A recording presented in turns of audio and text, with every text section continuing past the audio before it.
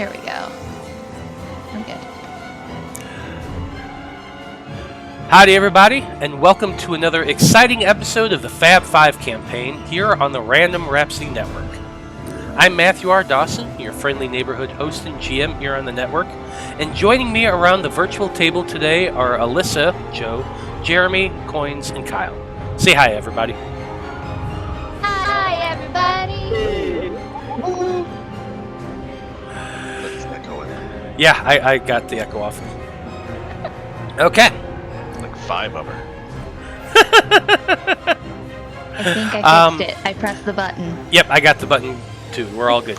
So, before we begin, I'm going to remind everybody that our very first Halloween one-shot is coming up October the 25th, which is going to be hosted by our very own Alyssa Egan, and it's going to have Joe and Koines and John and Fontaine from the Debauchery Circus and me, so look forward to that. The following Monday, which is the 1st of November, we are actually going to be on vacation. So we'll be picking up the following Monday after that. Okay, so that's it for announcements. Now join us as we dive into the world of Loroupa and continue on with the adventures of the Faab Five.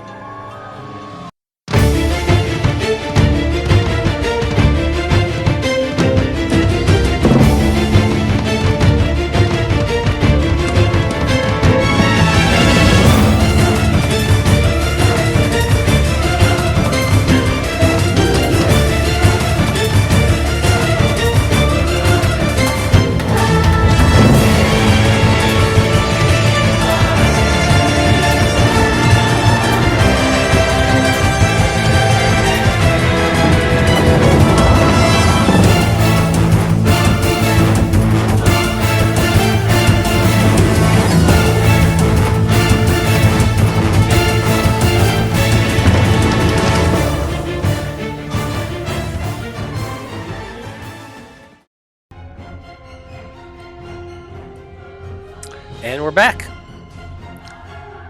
When we last left off, the Faab Five had traveled to the town of Bradfordshire, seeking a cure for the cursed Apollyon and the injured Liam.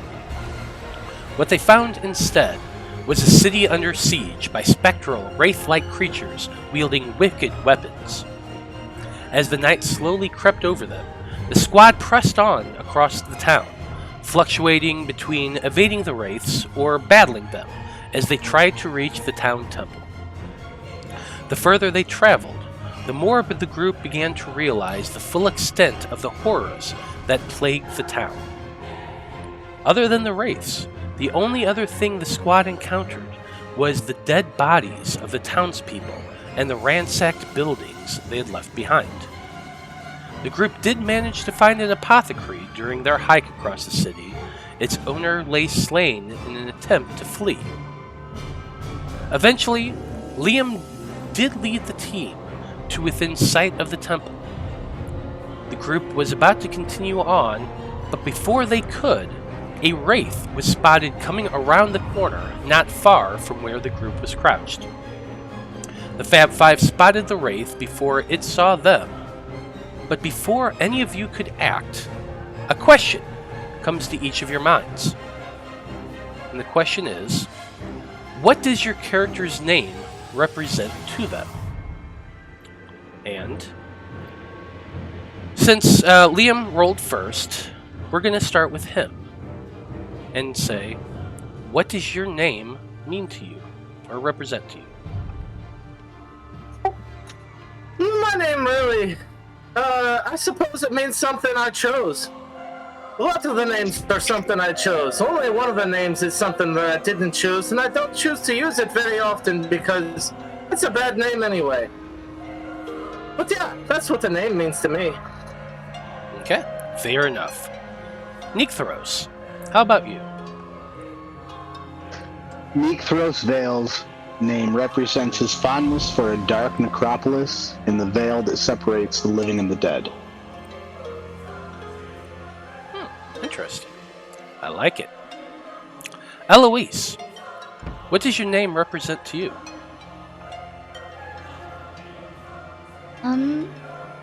I guess I don't know. It's just my name. It's always been my name. Although I guess my last name is. Kind of wish I could get rid of that. I don't really like where it came from. Well, I suppose the name kind of means what you want it to, and you can call yourself whatever you want. Blood from a Stone. What does your name represent to you? My name is a pain in my ass.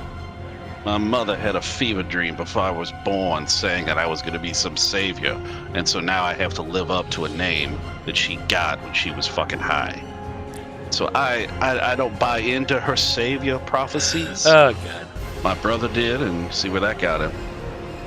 So yeah, now I have to deal with living up to being the hero of my people, and I don't care for that much. Interesting. I like it. Apollyon the Golden Boi.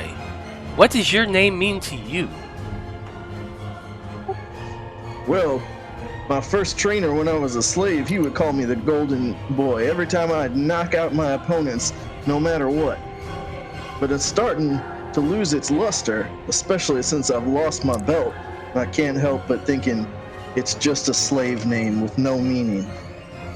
Maybe I'll just be Apollyon.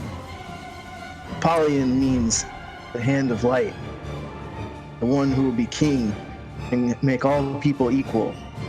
That's gonna be me. Interesting. I like it. Your name is Toby.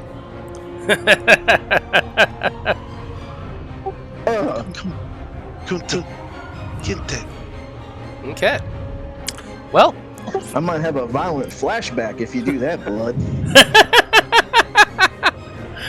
well, Faab Five, as I said, you are currently standing in the middle of a dusty street.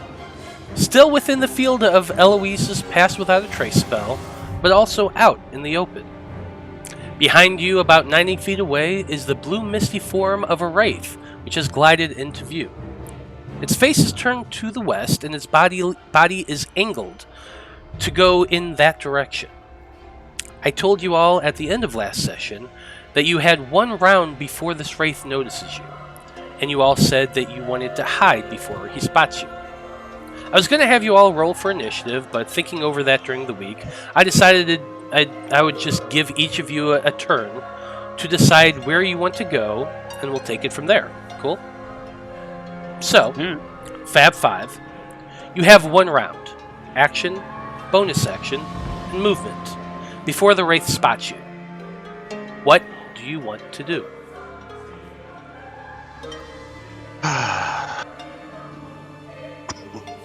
Do we know if the bird Jareth saw anything further to the east? Not in the 6 seconds you have for an action, a bonus action, and a movement, unless you're wanting to use those to determine. No, I'm just. I'd start to dart into a building, honestly. This building or one further up? Okay. Well, the map is pretty accurate right now. Doors are open where they are. This is an area that has been heavily under siege. You see several bodies lying on the ground in the streets around you. The doors are open. You can see one down in this area. Like I said, there's another over here, and more over in this general direction over here. But each of you, like I said, have your movement, your action, your bonus action to get yourselves wherever you want to go. Liam, you said that you just want to dart in the nearest building. Feel free to do so. Awesome. I'm going with him. Get zombies in.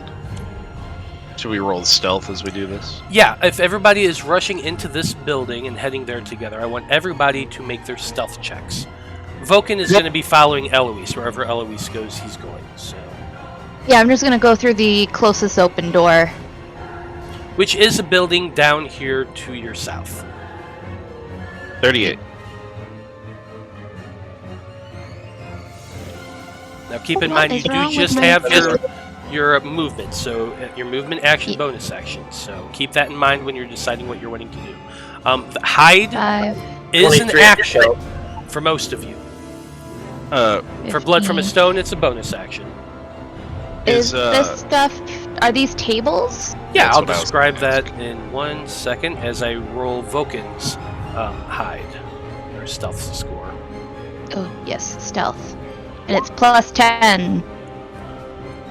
Okay. So as you rush into this building, all of your kind of hurrying in that direction, still kept within the circle of Eloise's Pass Without a Trace. What you see appears to be a tailor. A small shop with wooden tables, cloth strewn about them. It looks like they maybe have once been in orderly fashion, but a lot of it's been thrown about and pushed off the tables. Some drape over them, giving a little bit of a cover there. Liam, you are kind of jumped behind the counter, and you see a small safe down there at your feet as you kind of crouch there. On it, there's some papers and other documents and that sort of thing. There's a mirror right next to you. There's plenty of barrels and boxes and things of that nature. In the very back, you can actually see a loom, a full loom set up in the back area of the shop. The wares, as I said, are kind of strewn about on the ground. You do not see any bodies in this area. You did see one outside, so you could correlate something there. That's up to you. Go ahead and give me your stealth scores.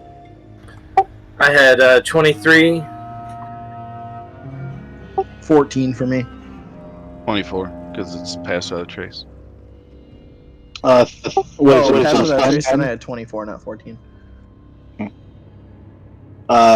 32 for Veil and 21 for the zombies. Blood had a measly 38. With Pass Without a Trace, Eloise has a big old 13. Good job, Eloise. So, as you're all kind of rushing in there and Vulcan comes around with his 22, Eloise is climbing underneath this table over here in the corner. And as she does, her tail just whacks one side of the table, and you all just hear that thud. Oh! You all hold your breath, silent, waiting. Go Blood, grab you my tail and hug it. You technically are the only person that still have an action right now, Blood from a Stone. Most of you still have bonus actions. You just have an action. Looking out through the windows, through the store windows, you can see the spirit, the wraith. Moves up a little bit, seems to look around a little bit. I'm going to actually roll his perception.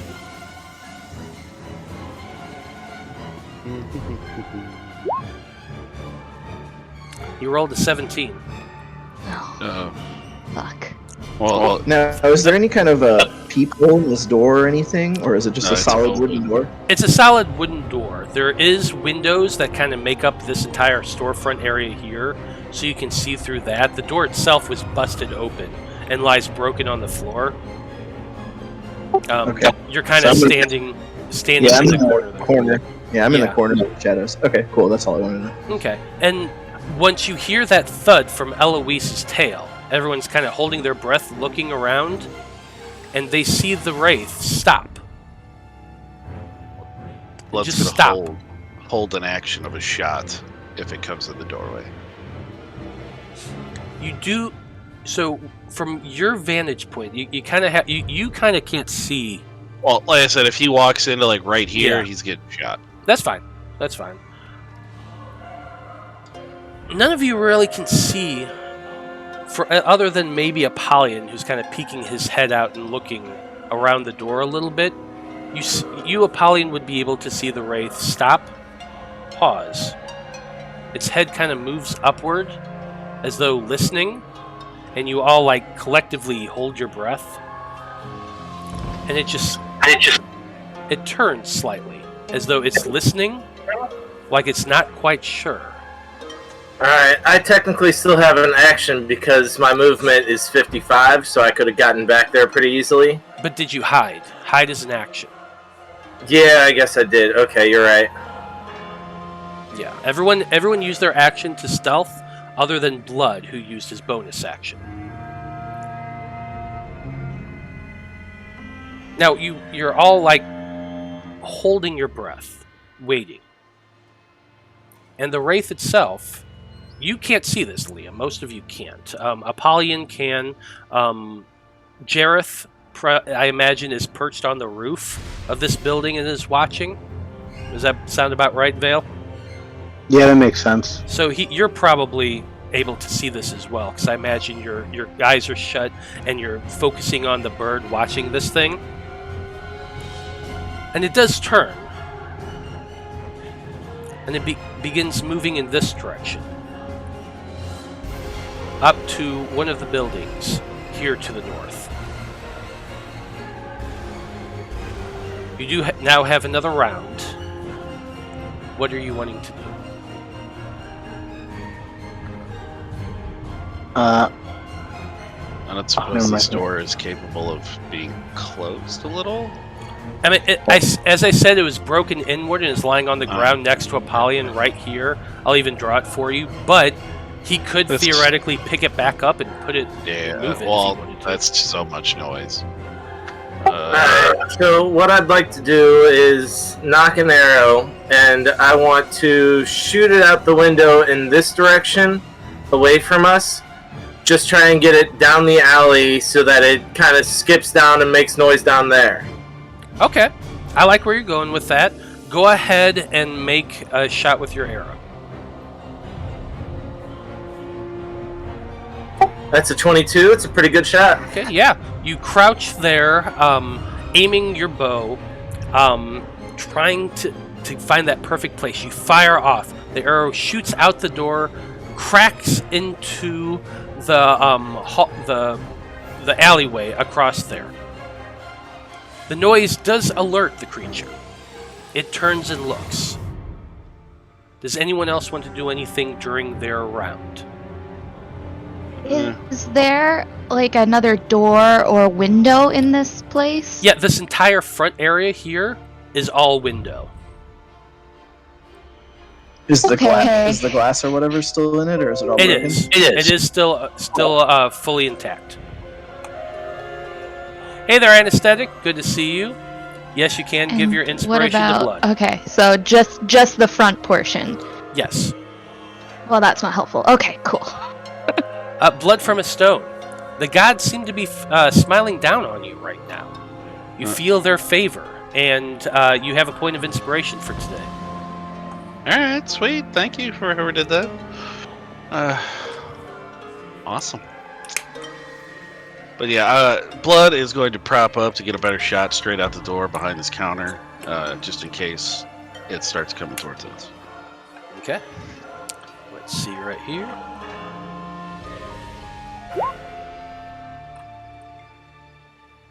Yeah, the noise of the longbow shot was definitely more than what anyone else is doing in this moment. The wraith seems to be moving in that direction, heading towards the alley. You can see it stop right about here and is looking down this alleyway. Are we on to the next round, or does anybody else want to do something in this round?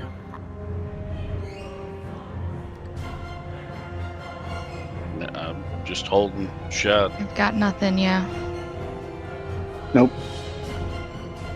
If we're on to the next round, I want to stealth out of here and keep moving forward. I think we distracted it. Alright, I'll go first then. I didn't take it. I didn't do anything on my turn. I'm gonna step out onto the and just without saying anything, just like motion for you guys to come. How heavy is this safe? Oh my god. You don't know. You didn't see the safe. I just assumed since I was back here, maybe Oh, yeah, I do see Liam you would have back said there. something. I do see you back there. Make a perception check. Liam. Okay.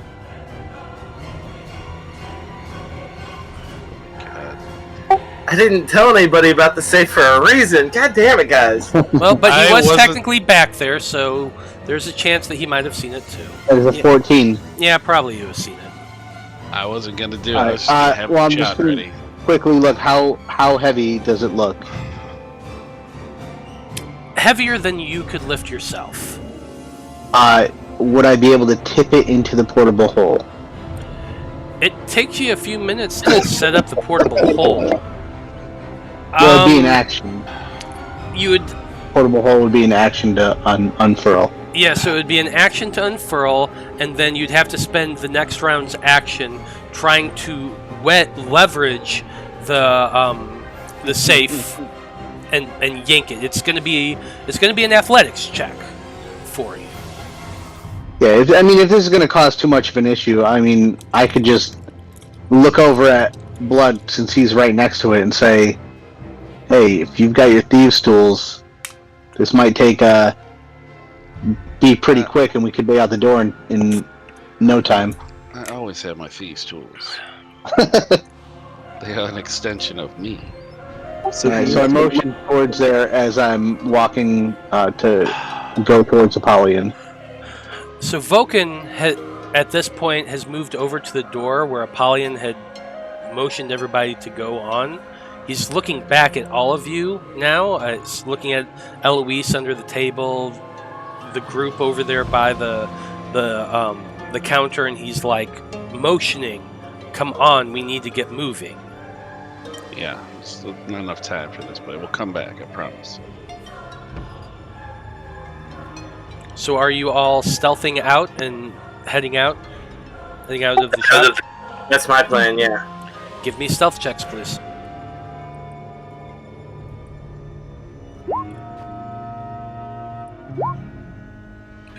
Oh yeah, baby! Ooh. Oh no, Eloise, no! I got a 30, there's a 32, a 33, and then a 10. We have 2 nat 20s. Does that cancel out my nat 0? 18 for Veil. Yeah, 38 again. And a zombie. Nat. Crit for the zombie. 3 crits. Yeah, is this more of a group check, group stealth check, or is this like an individual? So I was stealth just check? thinking this as an individual stealth check, because each one of you are trying to be as quiet as possible, getting away from not alerting this wraith that you're there. So, Can I add weight to the argument because my dad is one of the nat 20s? Don't you still have inspiration from last week? No. Can I grab her tail? Like dive on it and just like. so what happens is Apollyon is making his way this way. Vulcan's kind of following him along, right about there. Blood from a Stone, same thing. You're stealthing your way very quietly. Veil, all your zombies, yeah, no real issue. Liam makes the door last, and Eloise is kind of following along behind.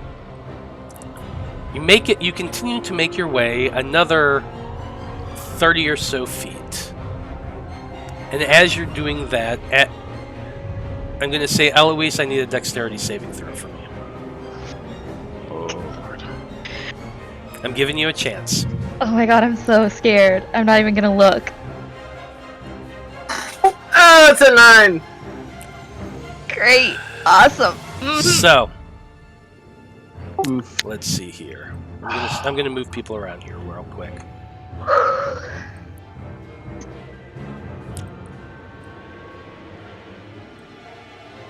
You know what? It was gonna be fine, because if Matt kills me, he's also playing my dad, so he has to play both sides. So, all of the group are making their way as quietly as possible. Eloise. Yeah. You're trailing behind. Your eyes are backwards towards that wraith, and you're not watching where you're going. Your staff hits a loose rock in the street. Your tail wraps around your legs. You fall, face first into the ground. Your chin hits the pavement. You take a point of damage. And the moment you do that, you land, you let out a loud, "Oof!" The wraith turns around. Roll for initiative! The wraith growls. And in that moment, everything around you changes. The bodies on the ground begin to slightly wobble. Oh no. Pink mist begins to raise up out from the bodies, filling the space around you. I need everyone to roll for initiative, please. Oh. Everyone. Click your tokens. Damn it! Just as you said it.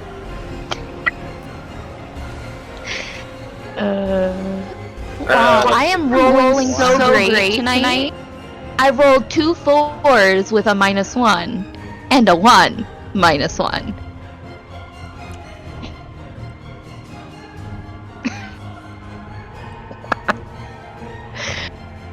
Oh.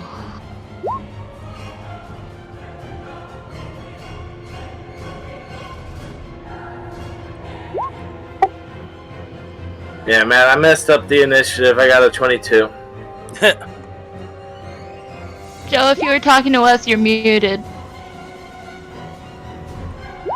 You have Boots of Elven Kind. That's Mhm. advantage on stealth checks. What? No, it's not. I believe so. It's. Hang on. Booth. Is it actually, though? I have advantage on stealth checks.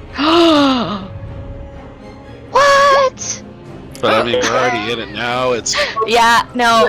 From now on, I'm the biggest dummy. Dexterity saving throw, which would have been an 8, so it really wouldn't have made a big difference.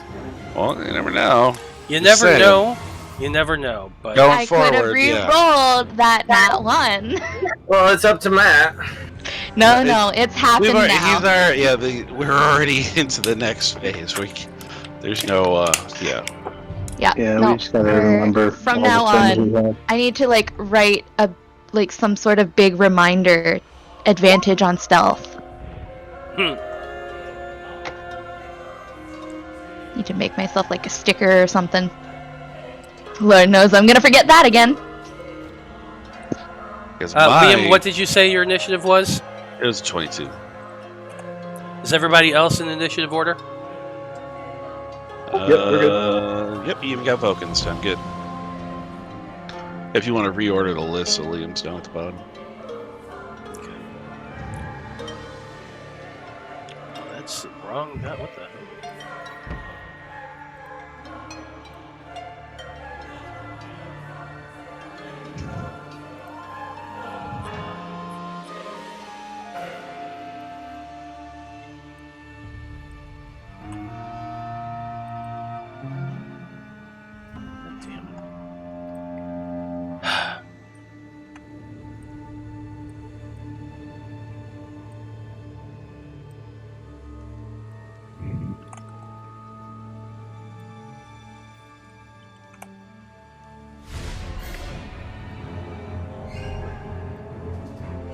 Okay. Everybody good to go? Yeah. Good. Sad. One of the sword wraith people rolled a nat 1 and he still gets to go before me. Oh, that's funny.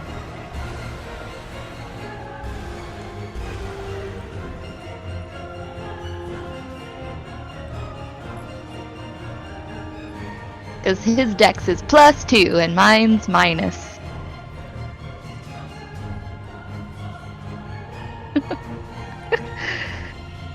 Gotta love it. Yep, absolutely. But let's see. This is actually good music for this sort of thing. Liam, you're first. And what you see around you is purple like mist glowing brightly in the darkness, raising up from these bodies that are on the ground. They come up in a full form, and you see a spectral creature. Long shocks of hair that's billowing out around them, misty-like robes flowing around them, and an odd sort of hollowed vestige of sunken-in eyes and lips that open with this kind of guttural scream, and you just hear this sound from them. What are you wanting to do? Alright, first thing I'm going to do, move forward here, move forward. See Eloise on the ground right here. Probably. And, Oh yeah, I'm prone. yeah, you're still prone, yeah. So I'm going to stand right next to her and throw 2 shuriken at this first one right here. Okay. That's 21 and a 24 to hit. Oh yeah, both hit.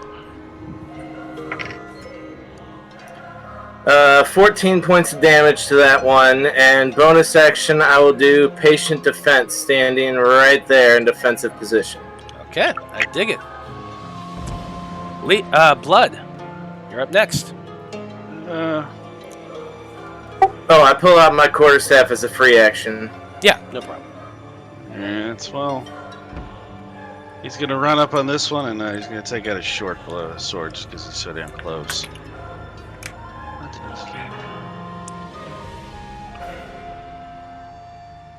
14.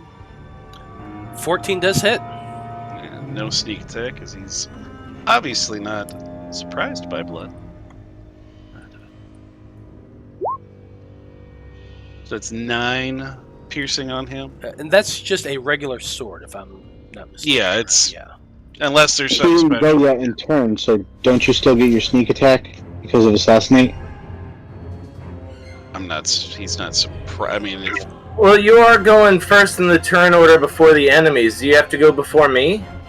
no. No, it's before technically it's their just turn. before them, and they have not gone in I mean, initiative.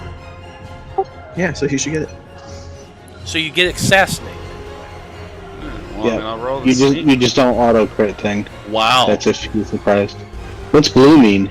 It means there's reds and there's 1s and 6s. There's 3 1s and a 6. Wow. Interesting. So, Yeah. 18 points of damage as you slash through this creature. It cuts into him a little bit from that slash, but you can tell it definitely did not do as much damage as you were hoping it would. Well, I guess if you're giving him assassinate, it's 18 times. Well, yeah, 2. 18 times 2. Well, But it would be 9 half. piercing. No, it doesn't. It doesn't. No, that's if he's surprised. He Oh, gets yeah, but the I auto mean- crit. So it's not. It would be what 13 total then there, 9 and 4. But yeah, well, I will disengage, and he's gonna move.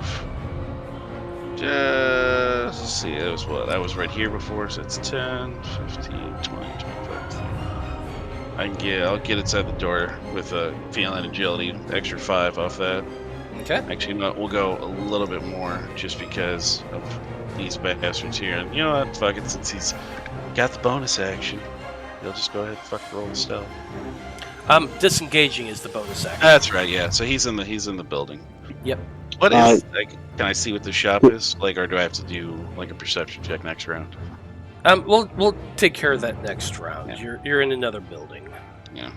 Alright. Well, he's Just for future reference, you should have rolled it at advantage for that. That's what gave you your sneak attack. We'll see what it is, just to see what it is. Oops. Yeah, there'd be another doesn't matter 19. And why is it back to doing the fucking auto damage? Why? Yeah. Go No, go in your settings. But look, it didn't do it the first time. Yeah, I don't know. I don't know what your. Oh, I hate this. is. Okay. Next up, we have the poltergeist. Let's see. What's he want to do? It's roll 20. It was doing it last Friday too.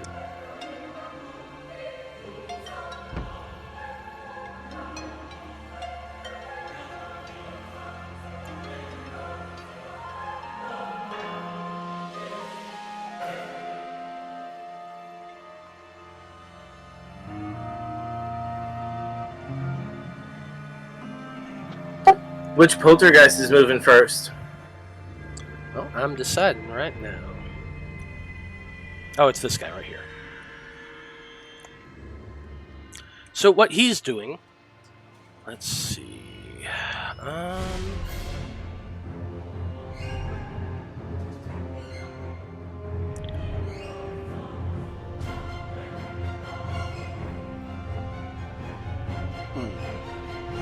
Okay. So what he's going to do, he sees the zombies directly in front of him, and he sees Veil hiding there behind the zombies, which a few more behind that.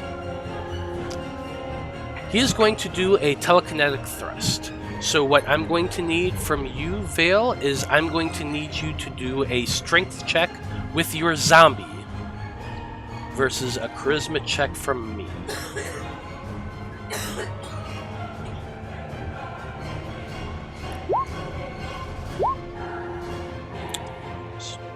So I rolled a 16.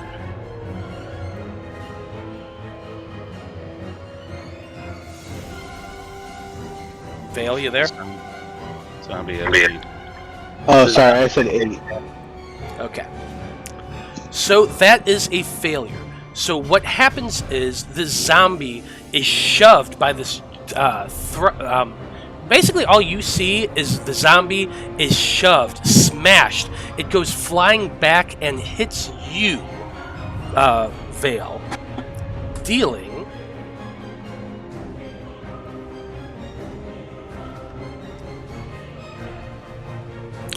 wow, a whole 1 point of damage to both you and the zombie. Oh, wow. Okay, which one was it? This one right here? Yes. One of those? Yeah, one of those right there. Okay, I'm gonna keep track of my on my paper. Okay. That was it for that guy. Next up, we have the one from behind. It has other zombies towards you. It's doing the exact same thing, so I'm going to need another strength check from you, from your zombie back here, Veil. It's a 5. Which one? This guy? Yeah, that guy right there. And he rolled an 18, so that is definitely a success. Doing another 3 points of damage to both you and that zombie as he just shoves and smashes the zombie into you. Alright. 1 and 3.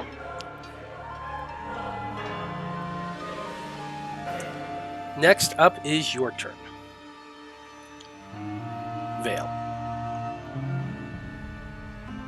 Alright, Veil is going to realize what the hell just happened, and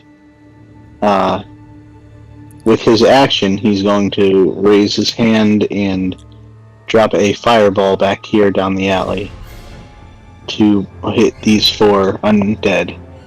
3 poltergeists and that 1 wraith. Okay. I'll grab the circle. I believe it's a 20-foot radius. I could be wrong.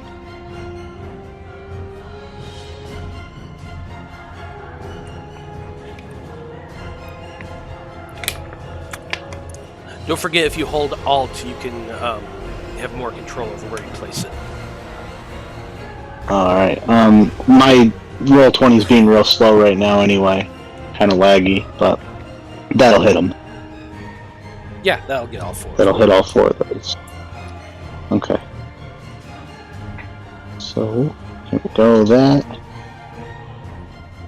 At level 3. There's going to be a DC 16 dex save. Wow, I rolled real low. Yeah, but so did I. So it looks like only one of the poltergeists managed to succeed. The rest of them failed. So we're going to say, yeah, this guy here is the one that succeeded. So 19 or half.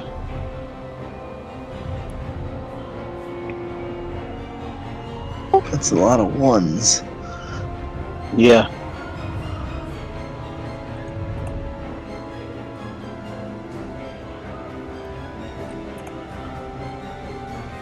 And with Veil's bonus action, he's going to tell the zombies to attack.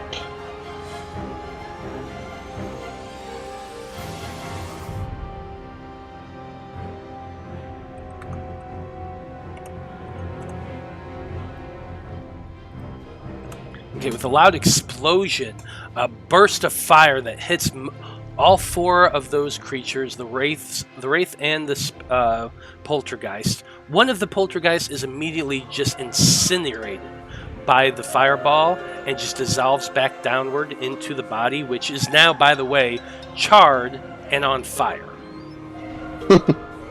Nice. So as I'm setting that up, go ahead and do what your zombies are doing. Okay. So now we're incinerating the dead corpses of the people that were slaughtered in this town. Alright. Well, I tried to scoop them in the bag as many as I could, but somebody didn't want me to. And I'm looking over towards Vulcan.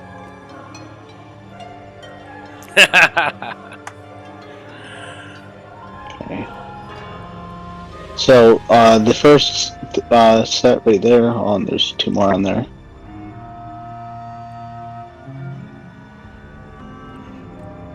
Okay, so we're going to start with this guy right here. Does a 13 hit? A 13 does. Okay, so I'm assuming a 7 would not, correct? No. Okay. So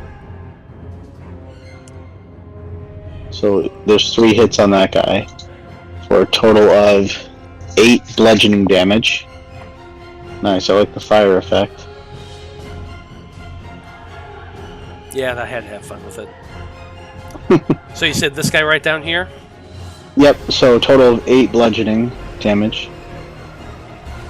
So 8 bludgeoning damage, which doesn't seem to do nearly as much as you were hoping it would. Yep. And then does an 11 hit it? 11 does not. Okay, so this guy up here to the right, with these 2 groups of zombies, is going to take 2 more hits for 6 total bludgeoning. Okay. And then the zombie is going to... I'm sorry, the skeleton... Oh, I don't even have the skeleton. He's going to fire an arrow at the guy up in the corner. Okay.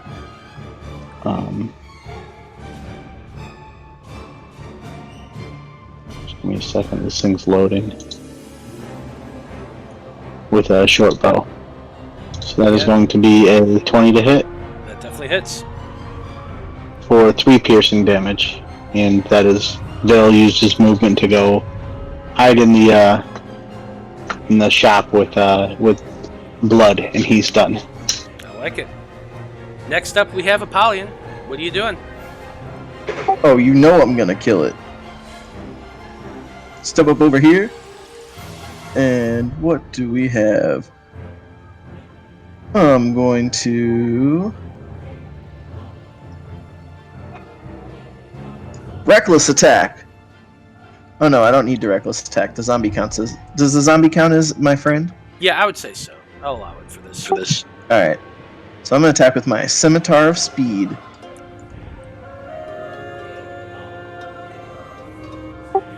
Oh, I didn't mean to do that, but yeah, I'm going to attack twice, so a 26 and a 13. Yes, both do hit. 10 slashing on the first one. And another 9. 19 points of slashing damage. It is a magical weapon. You slice once, twice with a scimitar, cutting through the spectral creature, and as your blade goes through it, you just hear this unhollow scream of as it just dissolves down into nothing. Nice. Then I'll use my movement. Go 5, 10, 15, 20, up to here, and attack this one with my bonus action. I like it.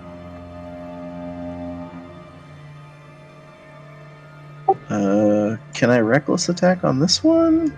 I'm looking at what reckless attack says.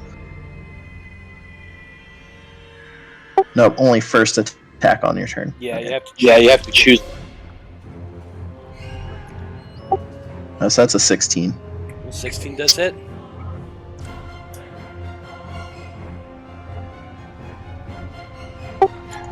Eight more points of slashing. And with that third swipe, you slice through another one of these spectral wraith, poltergeist creatures. And as you're cutting through it, you do notice as it's slicing through and doing quite a bit of damage. The thing, however, is still up, and it's just looking at you with anger, pure anger in its eyes. Bring it, jabroni.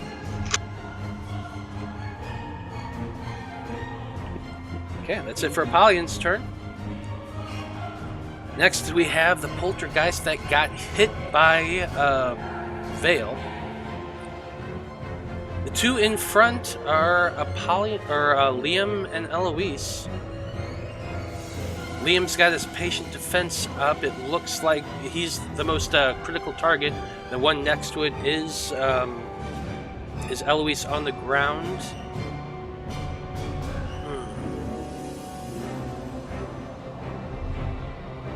Yeah. So, Liam, what does patient defense give you again?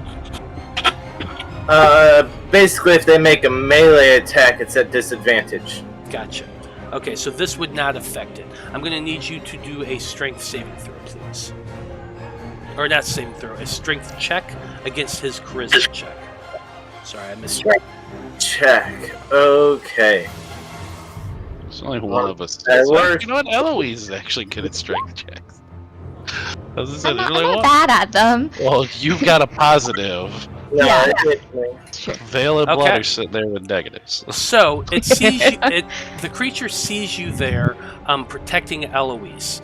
It smiles angrily because it just got burnt. You feel this grasp grab onto you and launch you in the air, 30 feet up, and you just begin to fall, plummet, going down. He shot you at kind of an angle, so you're going to land right here, and you're Kinda going to take. You kind of picked the wrong person for that. If say he don't got me get in slow the fall? air, then can't I do slow fall? Oh wait a minute! You do have slow fall. I forgot about that. Yeah. What Yeah. does slow fall say again? Read it specifically. All right, give me 1 second here, and I'm just gonna filibuster while I scroll down to this thing because I'm not very good with computers, So once I find it, then I'm going to read it out loud. Which what it says is: beginning at 4th level, you can use a reaction when you fall to reduce any falling damage you take by the amount equal to 5 times your monk level, which is 8 times 5 equals 40. So yes, this would completely negate this whole damage. You go flying up into the air, thrown. You begin to fall down. You reorient yourself as a monk, crouching your legs and land just in a crouch. And I'm looking straight at him with a sheepish grin. Oh, buddy, you're my next target. I love monks. That's awesome. If only Eloise had the exact same ability. Oh no. Yeah, but you got a better strength. Because, yeah, the next one that got hit by that fireball is flying towards you. And after seeing what happened to Liam and nothing happened, you're the clear target. I need you to make that strength check, please. Alright. Straight strength or Yeah, like it's- athletics yeah, or what? No, it's Okay. literally a strength check versus a charisma check. Make that And check. it's the same. And I rolled a 13. I rolled a 14! Nice, Look at nice. +3. You feel Alright. you feel something grasp onto you and begin yanking you. You reach out with your dragonborn claws, digging into the dirt, and you feel it start to pull you, but you grab on as hard as you can, grasping onto whatever's nearby, and it is unable to pull you away. I love the earth, I love the earth, I love the earth! Whew, that was nice. Veil And here we Blood. have Vulcan's turn, and Vulcan saw this entire fucking thing. He's going to move 5, 10, 15, 20 feet up. Life Daddy's mad. What should he do?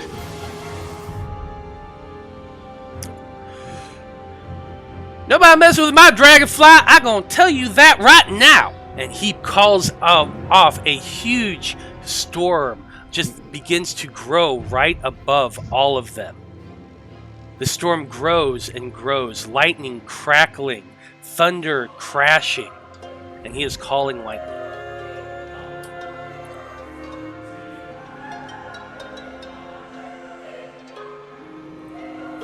And he's a little annoyed, so he's casting this at a 5th level. Ooh, boy. Oh, there goes one more night where Liam won't be healed. Gonna use up all those 5th level spell slots. Oh, he's saving. He's got in his mind what he's doing.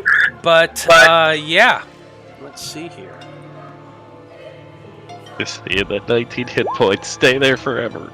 Liam's good at reducing damage. You just saw what he did. So yeah, a storm cloud appears in a cylinder about 10 feet up, centered on a point. Let's see here. I choose the point. I can see a bolt of lightning flashes down, and each creature within 5 feet of that point needs to make a dex saving throw. So he's going to go ahead and do it right here. Just right there. And that is a dex saving throw from those two.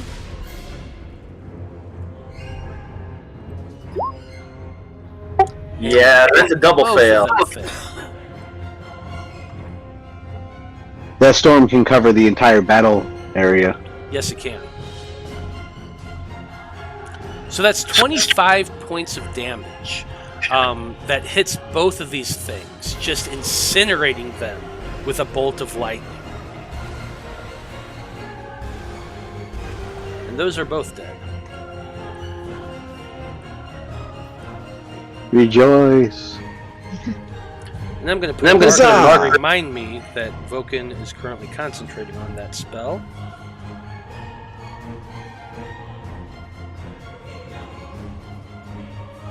Just so I can remember that. And that's going to be it for his turn. As you hear Vulcan yell out, "Dragonfly, you get out of there right now!"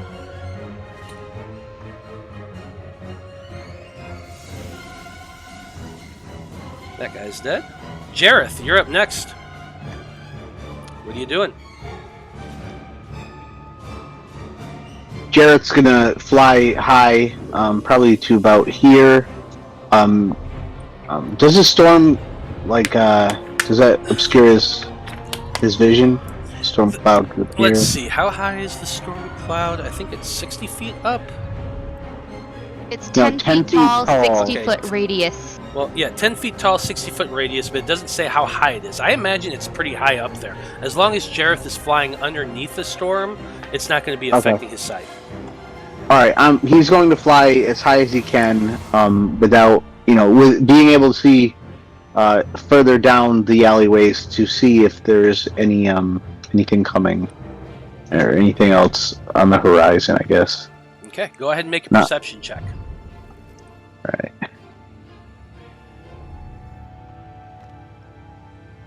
There's going to be a 17. Jareth flying high overhead. You can see quite a bit. The alleyways and the streets around the buildings have been filled with dead bodies.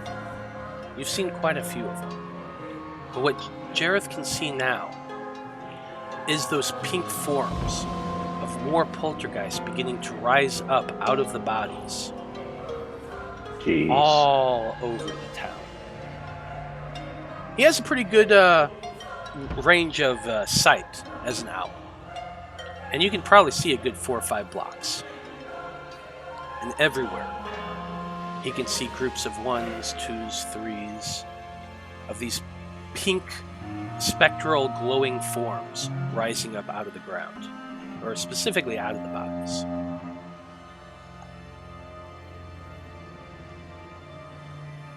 Alright. Did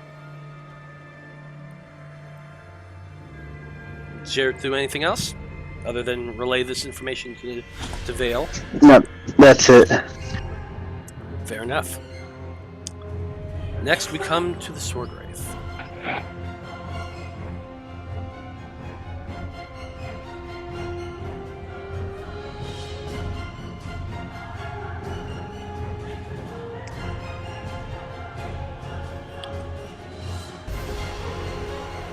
The Sword Wraith.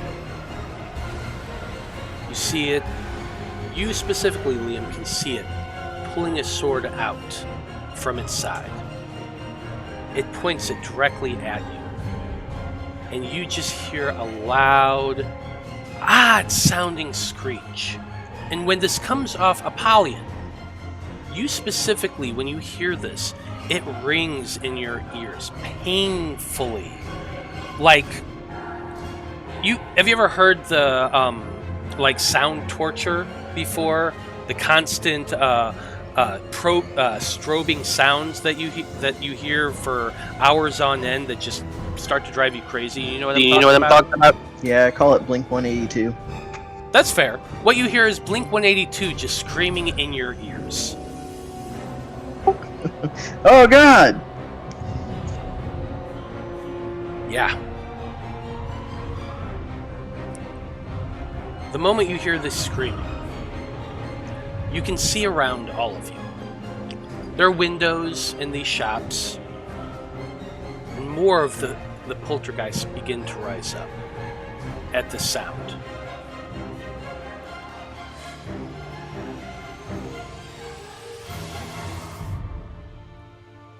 Give me 1 second.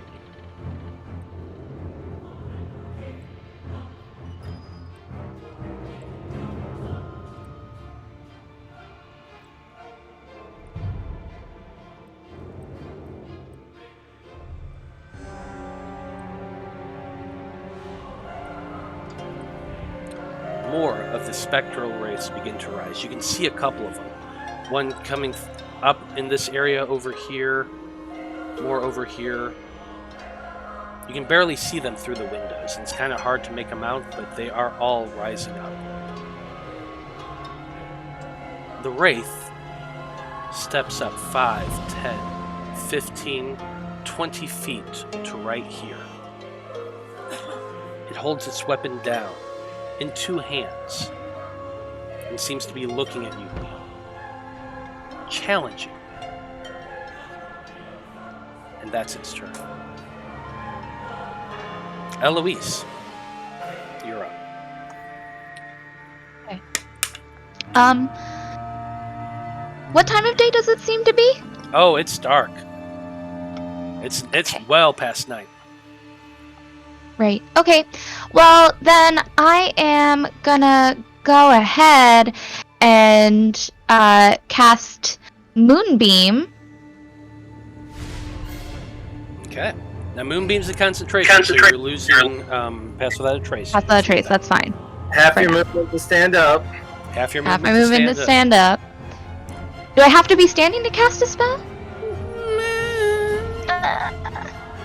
I'd be better if you were. It's I'll pop is that it somatic stuff? I mean, yeah, verbal, somatic, material. Yeah, somatic. You're definitely gonna want to be standing up to do it. Probably you have to like get Sure. up and pat your pockets, looking for the right components to do the spell.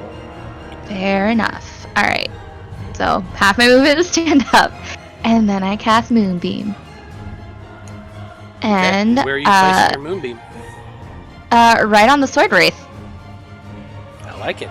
Go ahead and pull out the your little spell token. Okay. Give me a moment. Clicking that. Okay. And then, oh god. I have to collapse everything and open everything up. There it is. Okay. You know what? Let's make this one, it's radiant. So let's make it yellow. I like it. Yeah. Don't forget to take the other thing off because it's not doing it. I'm not able to do it for some reason. What other thing? The white circle you have around you. Oh, yes. Because it's part of this. Boop, boop. There we go. A 6. Go. There we go. Okay. So what is that he's Oh, making? shit. I grabbed the wrong thing. Hold on. This.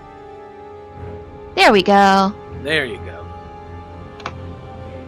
It should be in the chat. It is a Constitution saving throw. Con saving throw. I like it. Yeah, he probably has super high con. He does, but he still failed with a 9. 10 radiant damage! Boom, boom!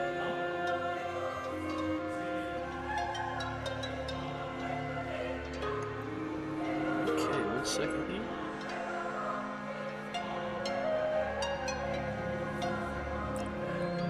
Okay. This beam of light comes shooting downward from the sky, directed by the moon, which is luckily just outside of the radius of Vulcan's spell. The beam just shines down on the sword wraith, smashing into him, and the spell just burns into that misty form, doing 10 points of damage. Not too bad. What's also fun here, it says, a shape changer. I don't know if this wraith can change shapes, but, yeah, I don't think so. I just thought it was fun and interesting. Oh, it is, I don't definitely. know if poltergeists or wraiths can change shapes. I don't know. Yeah, I think that more has to do with, like, werewolves and things like that. But it's still a great spell. It's actually one of my favorite druid spells. Poor lycanthropes always get the shit end of the stick. Indeed, they do. You doing anything else for your turn? I'm gonna go up with the rest of my movement. Yeah. Go 1, 2. Oh shit! And I'm gonna go over here by the skeleton. 3. There we go. Yeah, you round that corner, you see one of those poltergeists there, just surrounded by a group of zombies. You're like, oh shit, I'm out of here. Yep, and that's it. Okay. That's what I got. Top of the order, we're back to Liam. So Liam, what are you doing? Just for my own edification, Moonbeam, is it emanating from your hands or is it coming down from the sky? What does that look like? Down from the sky. Oh, okay. Gotcha. Alright. I am taking 20 feet of movement, getting right over here, and I'm going to jump in the air, putting my quarterstaff away and pulling out my flame tongue flail, shouting out, "Flame liquor!" And I'm going to take a couple swipes with that guy.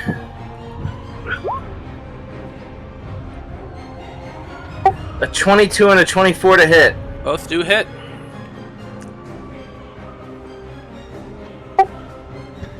Oh boy, doing 13 points plus 16 points, so 29 points of damage. Yeah, give me 1 second because I gotta do math. Sure. I did mine quick. What up? Yeah, but see, I have to figure in the resistances, so fuck you.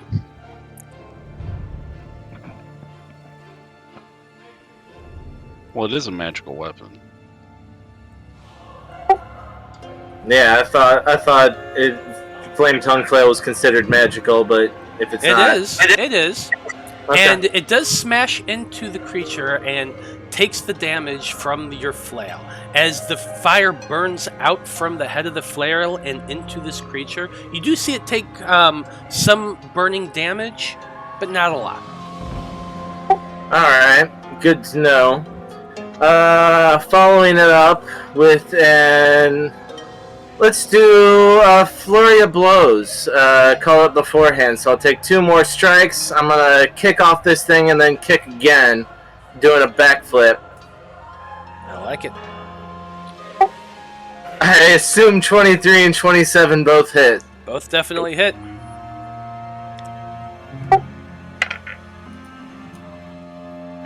Alright, doing another 17 points of magical bludgeoning damage, and then I have another 5, 10, 15, 20. We'll just move back 20 feet this time.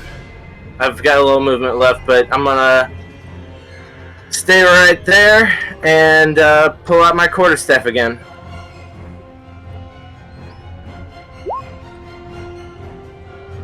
Forgot to do these guys' initiative, so I'm going to do that now.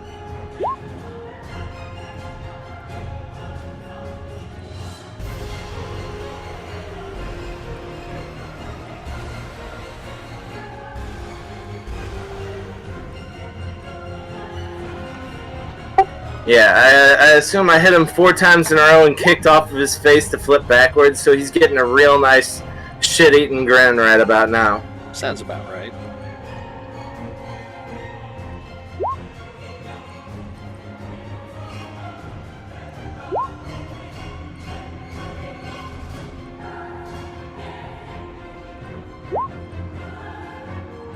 Okay, there we go.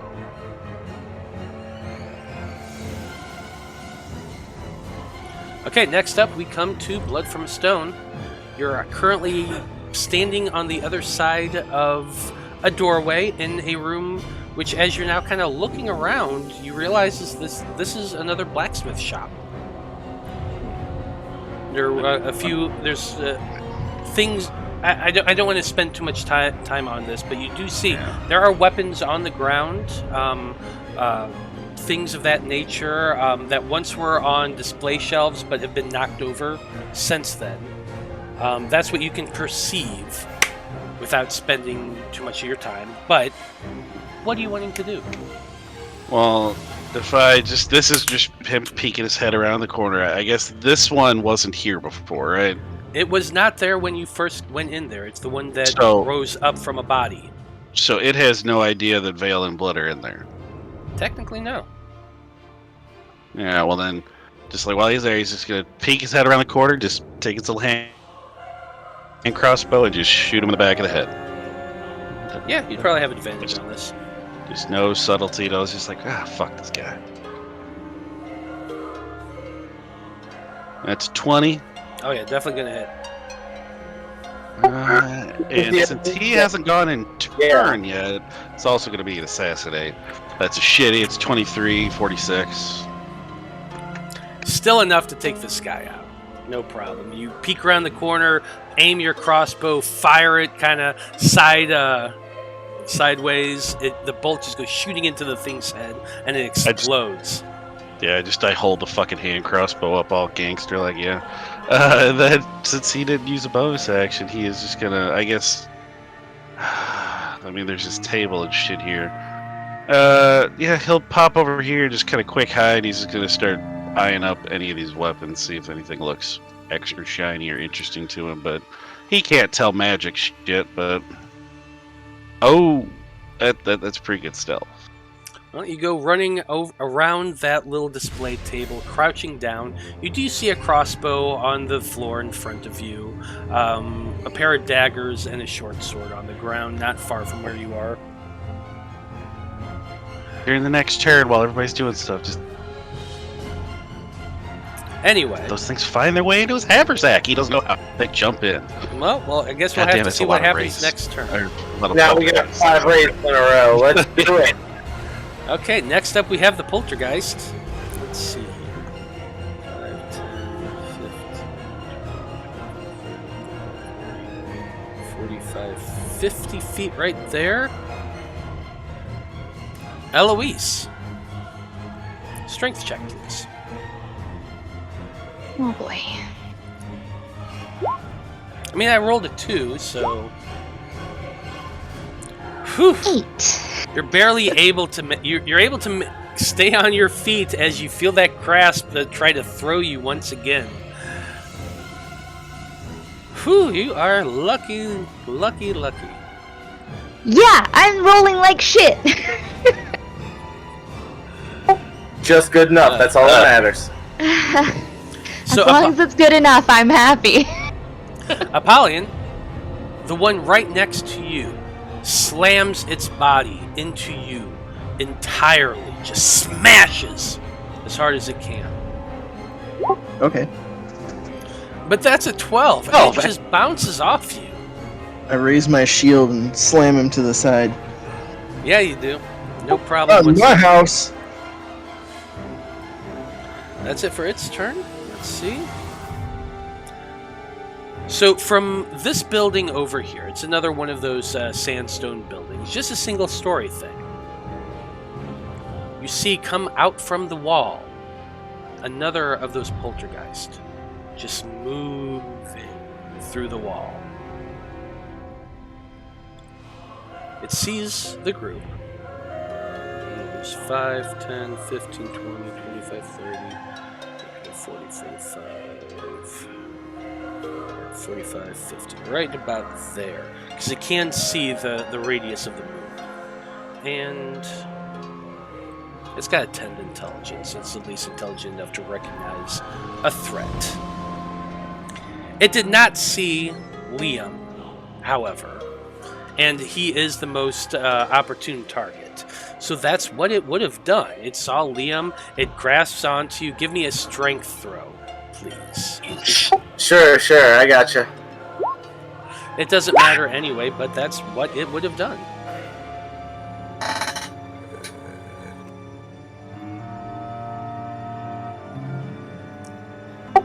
I matched it! Wow. It grasps onto you, and you can feel it tugging you. But you resist it and hold fast and manage to keep your feet. Not that it would actually hurt you at all, but it didn't know that. No, it still doesn't. Awesome. Another comes out of the wall. Another one. Right. And comes up towards you, Liam, shoving into you. As he goes into my range, I'm going to use my opportunity attack with my quarterstaff to take a swipe at this one. Yeah, take your reaction. 15 to hit. Does hit. And a stunning strike, please. So bludgeoning, it'll be half damage because it's just my quarterstaff, but still got to make a con save. I like it. And that's a 12. That's going to fail. He's stunned. Okay, I like it. You hit it with your quarterstaff as it's coming out of the wall and reaching for you. You just reactively hit it and stun it, and it just freezes in place. Let's keep it going. Yeah. Veil, I need a strength check from one of your zombies, please. It's throwing that thing. And it rolled a 12. Wow. 19 on the strength for the zombie. Yeah, the zombie Really, manages really to... holding the line. They really are. They're managing to hold off these throws that this creature seems to be trying to do. Veil, it is your turn. What do you do? All right. I'm going to.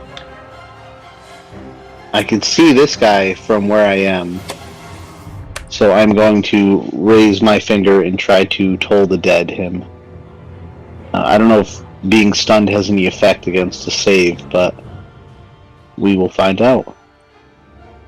So you're doing the toll the dead on it? Okay. Yep.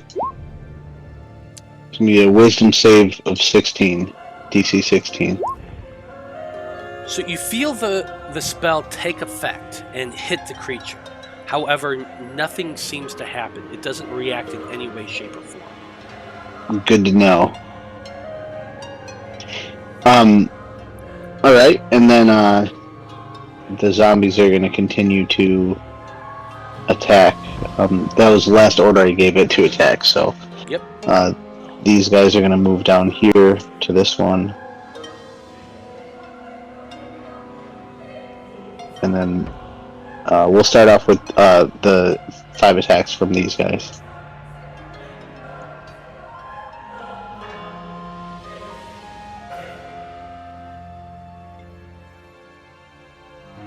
So all but one hit, I believe, or no, they all hit. Yeah, at 12 is, hits, so anything above that, you're good.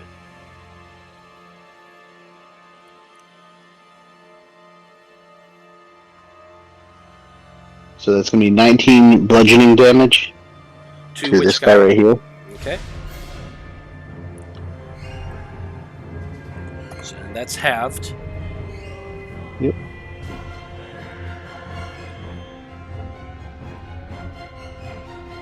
and then it's just going to be 6 bludgeoning damage to this guy over here with the other 2 zombies on it. 6 total? Yes. You only did 4 damages for that first set of 5. Because all 5 hit, he said. Oh, you're right. I thought I did 4. So that's going to be back. It'd be 21 total damage for. Okay. Wait, does that make sense? Yeah. Did I just do that right? Yeah, 19 plus 2. Yeah, 21. You're good. And the short bow did hit as well. Alright, that's going to be 5 piercing, and that short bow is going to be targeting the wraith in the moonbeam. The wraith in the moonbeam. Gotcha.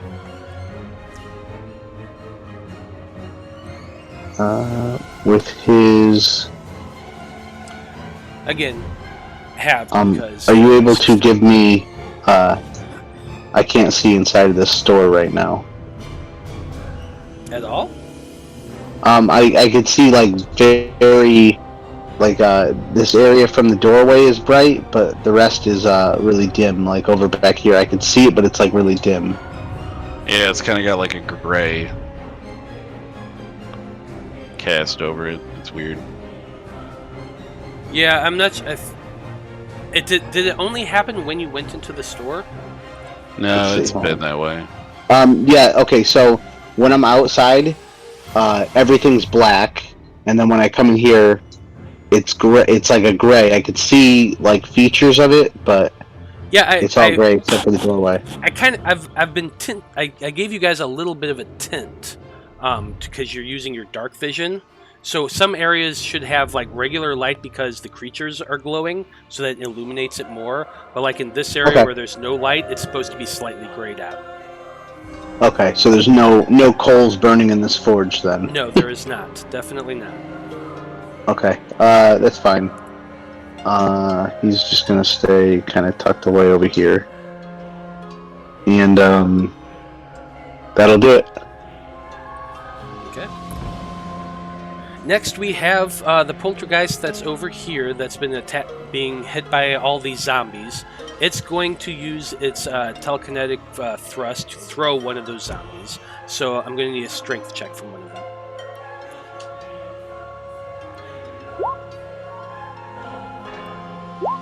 That's a 4. Wow, well I rolled a 3.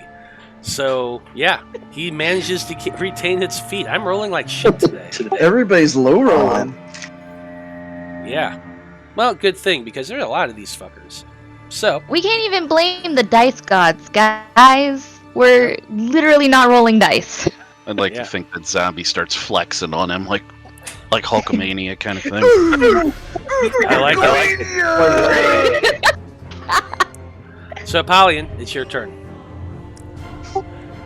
I stand up and I rip off my shirt. And go, "Ah!" Apollyon wears a shirt? No, he doesn't. Nah, I don't. He put one on just to rip it off. Yes. He had Yes. the nipple I'll allow patch it. on, and he took off the nipple patch.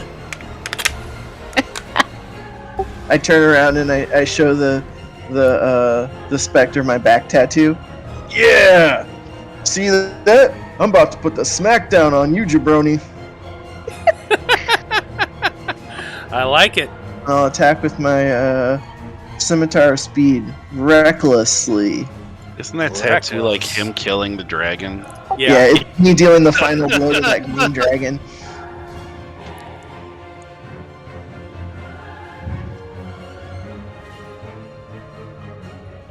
That's a critical hit! Nice.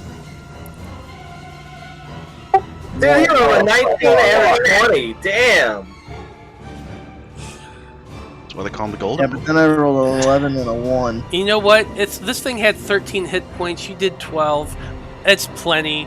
How does this look, Apollyon? Give us a nice description here. Oh yeah, I'm flexing, like a downward flex, the upward flex. I turn around and like point at my back. I like turn back around and give him like a finger gun and a wink, and then just like one swift motion, just cut off its head with the scimitar. I like it, and the thing just dissolves into a mist right before your eyes, and it is dead. Blow a kiss to him. Yeah, I'll go look, kiss. See you next time. Like CM Punk climbing into the crowd. And then I'm gonna run up on this one and do my other attack. Oh, you get advantage on that because he's stunned. Well, he's got advantage because he's reckless anyway. Yeah, all 3 of your attacks will be reckless when you. Can you give him double? He doesn't need it. 13 slashing damage. Yeah, definitely hits him. And then my final attack for my bonus action, a 25. Definitely hits. 12 slashing. And another one bites the dust to Apollyon, the Golden Boi, the People's Champion. That's right, baby. Take that, purple ghost. I like it, and it dissolves as well. And next up, we have another poltergeist. It's going to move 5, 10, 15, 20, 25. There's only like 30. Another one comes out from a wall over here. It sees Vulcan right there, and it throws a Vulcan. So let's see here. Fuck hell.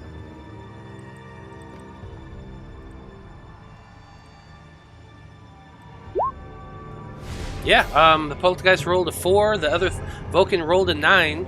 Or that's a save, not a... it would have been the same either way. So it's fine. Yeah, I don't think it would have changed it that much. It wouldn't have because he doesn't have proficiency in it. So yeah, he does manage to retain his footing and is not thrown by this poltergeist.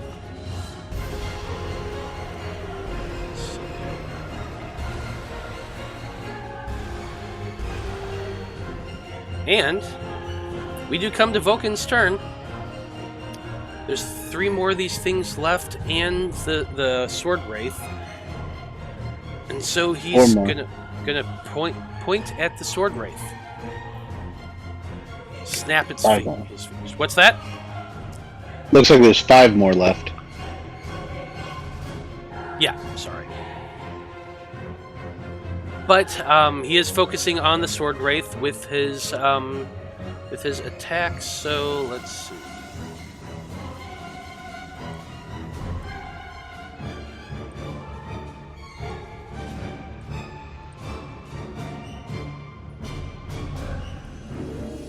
Bad damage, but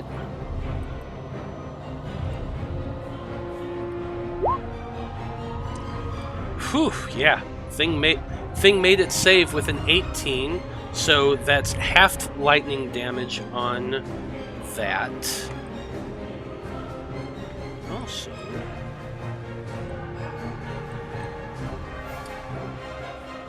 yeah, that's fine. Okay.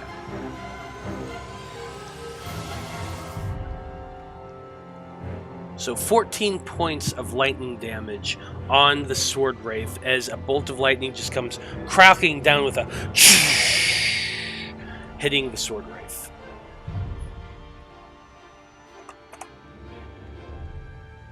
He then looks at the poltergeist and comes backing up to put his back to you, Eloise. And he kind of assumes a position, his back against yours. And he kind of calls out behind you, "Dragonfly, is this really what you do all day?" I ain't a fan of this. But that's going to be it for his turn. And Jareth, you're up next. Alright, so Jareth's he's still way up there looking. So he saw all these poltergeists start rising. Did they all seem to come this way, and that's where we're getting them from? Or are they still like all over the city, just still rising and just all over the place? Go ahead and make a perception check. Yep.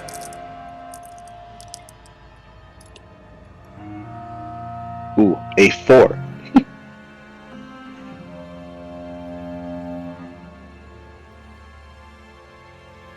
Okay. It's hard to tell for Jareth. He's flying around and he is seeing the glowing forms of these poltergeists coming up all over the city, or at least everywhere in his field of vision. Some seems to be moving in your group's direction. Others seem to be going in various other directions, but you definitely see more heading towards you all. Okay. And that's it for him. Okay, that's it for Jareth. Let's see, that's a dead poltergeist. So next up we have Eloise. What you doing?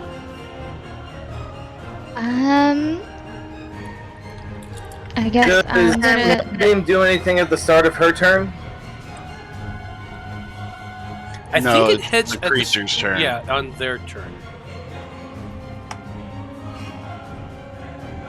Huh? The moonbeam.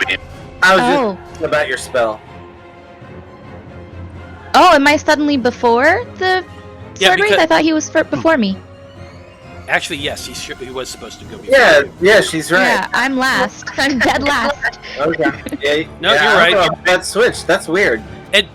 Because I hit the reorder thing, and technically her name is alphabetically first. Yeah. That's why it organizes it that way. Alright, well, it's his turn, so Yeah. do some moonbeam It is damage. his girl. turn. So yeah, the question still remains, Eloise, does that hit at the beginning of its turn, or at the Yeah, end? when it starts its turn. Yep. In the moonbeam. I think so. Do you want me to put it back into the chat? No, I'm actually Yeah. just looking on there When a myself. creature enters the spell's area for the first time on a turn or starts its turn there. Yeah, that's what I thought. So go ahead and roll your damage for this Okay. for that spell.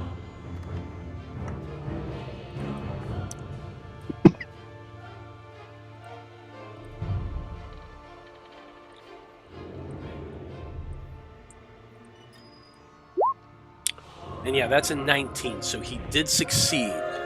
But he does take 5 points of damage. Of radiant damage, specifically.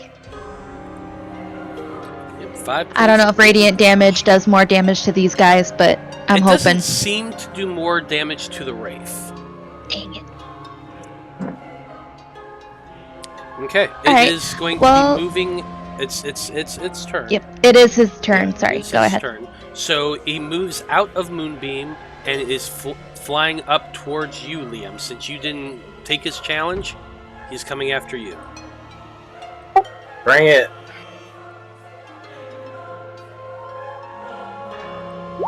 That's a 24 to hit. That's And gonna hit. Yeah, another 24 to hit. Yeah, they both hit.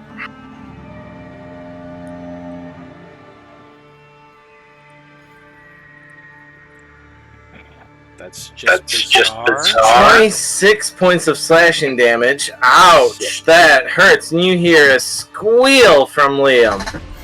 I bet it does. And it as 1-2 swings of this long sword cutting deeply into Liam, and you just see these long open wounds form across his chest as a result of these slashes. How you looking, Liam? Very battered, sir. Very battered. Indeed. Next up is Eloise. You just saw Liam Yeah. get sliced into by the sword wraith. What are you doing?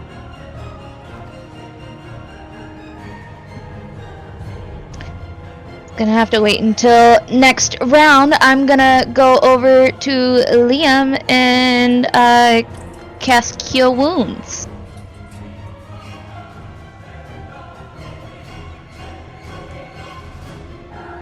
How bad is Liam looking? Liam looks as if he has one hit left. Fuck! Okay, I'm gonna cast it at level 4. Woo! It's all I've got right now. That's not a concentration spell. Wait, you only have 19 hit points total. No, we leveled up, remember? Oh, that's right, yeah. Yeah, but he's been taking damage from other things too. No, nothing else has hit me yet, honestly. No, I could have sworn something did. Oh well. But anyway, Eloise, go ahead and roll your. No, you shot like an arrow at me that I caught in the air. That was the closest thing you did to damage to me. That's right. So 21 points of healing to Liam. Woo! Whew, You see Eloise come running over to you, placing her hands on your back, and you just feel a surge of healing energy hit your body. Wow, yeah, that heals me most of the way that I can be healed up. Okay, that's... Are you doing anything else in your turn, Eloise? Yeah, I would only be able to do a cantrip, and I don't have any bonus action cantrip. So no, that's it. That's all I got. Okay. Liam, we're at the top of the order. As it's 8:40 in the top of the order, I put it to a vote to everybody. Would you like to continue on with this fight or take a quick break? I don't mind. It's up to y'all. I'm good right now. I was Yeah, planning it on doesn't matter to me. Whatever you guys want to do. I was I'm good. hoping we could get through this in the next couple rounds and then Okay. go on break, but Fine by me. That's fine. Let's do it. Alright, yeah, he's right next to me. Putting away my quarterstaff and pulling out my longsword. Tsuya Hime is going to cut through this motherfucker. 15 and a 14. unfortunately both miss. You slash out with that longsword once and twice, and it just seems... It hits one away with its weapon, dodges back from the other, and you miss 2 times. Flurry of blows, 2 unarmed strikes. 24 and a 14. Well, the 24 does hit.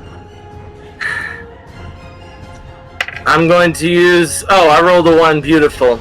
6 points of bludgeoning, and I'm using my last key point to attempt a stunning strike on this guy. Okay. Smart. That's a 9. Yes. Is done. Okay, that... Just, if anybody's keeping track, I actually gained key points back when I spent 30 minutes drinking, because as a drunken master, meditation for me is drinking. So when I spent 30 minutes drinking with the skeleton, that was me doing my meditation. I got 2 key points back for that. I like it. I like it. 2 key points in a drinking buddy. Yeah. Okay, that's it for Liam, and with that last punch finally landing, he manages to hit whatever nerve center this ghost-like creature has, and he is stunned.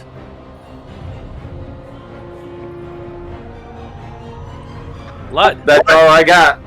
you're up next. Well, he's just gonna pop out and take a shot at this nice stunned gentleman over here. You know what? We're gonna try.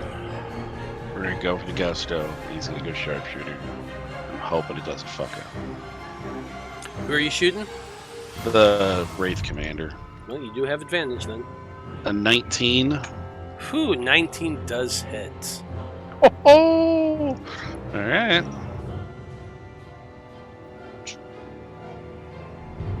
$26, $36, $43. It had 29 hit points. All magical. So Blood, What the fuck was I have that? no idea what that was, but Blood, Let's go go. ahead and tell us how this looks. I'd like to think, he pokes out. He can't see that it's stunned. It's just sitting there in front of Liam. No, He just- you gotta pull out, like, right as, like, Liam's kicking off of this thing for the last time. Yeah. So he just sees he's right in front of it, and he just he's wanting to go, should I warn them? I should warn them I'm about to do this. And then he's just like, you know what, fuck it, he'll be fine. And then he just shoots the bolt. And I'd like to think maybe right as Liam lands, like the bolt just passes over his shoulder, and you just see Blood and get big old fucking eyes like, oh. Oh, that could have killed Liam. Oh, that was great. And then the thing just evaporates, and he just shrugs his shoulders like, yeah! And then he hides again. 'Cause he's I like it. "Oh." Nice, nice. Yeah, well, I mean, it's gonna be. He's gonna. I don't know what he's hiding from, but it's his thing. He's gonna fucking hide. That's 28. Yeah, if you did that many points of damage to me, that would almost permit that. Yeah. Yeah, that really would at this point. I like it. Yeah. Okay. He's confident in his abilities. Let's see. Are these things still coming? Yeah, there's still quite a few of them. Let's see. Next up, we have this guy right over here, who, let's see, God.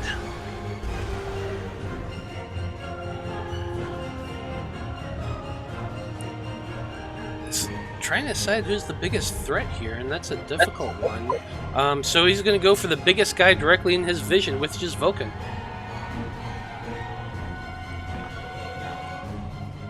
It's doing its telekinetic thrust on him. So that's a strength check for Vulcan. This is just Which Matt is playing with a himself. 7. So, you all watch as Vulcan is just launched into the sky, 30 feet up. And he begins to just tumble downward, downward, downward. He takes 13 points of bludgeoning damage as he just smashes into the ground, right about here. And he lands with a thud, body slamming basically into the pavement.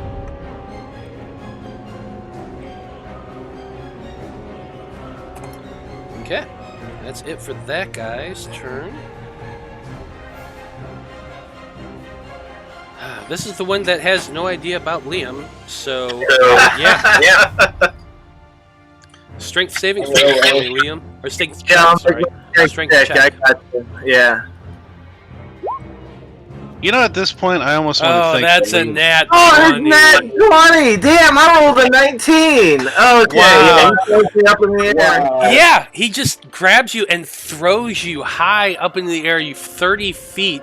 You go flying. You flip around. I'm going to roll the damage just because. But I assume... Please, yeah, it's funnier that way. Yeah, that's a 13, which you're easily able to negate. And you just flip around and land in a crouch. And you just kind of give them a smile and a wink. Ah, so you're my Huckleberry now. I'd like to think Liam at this point's failing his strength saves on purpose, just so he can go for a ride. You just yeah. Like one more bro. push, Daddy. One more push. Hey, I rolled a natural 19 I on know. that one. I tried. The next poltergeist is doing the same thing to a zombie that's still surrounding him, because that's really all he can do. So give me a strength check from a zombie. Okay, That's nice. cool. Finally. So 10 points of bludgeoning damage, and one of the zombies just go flying like right about here.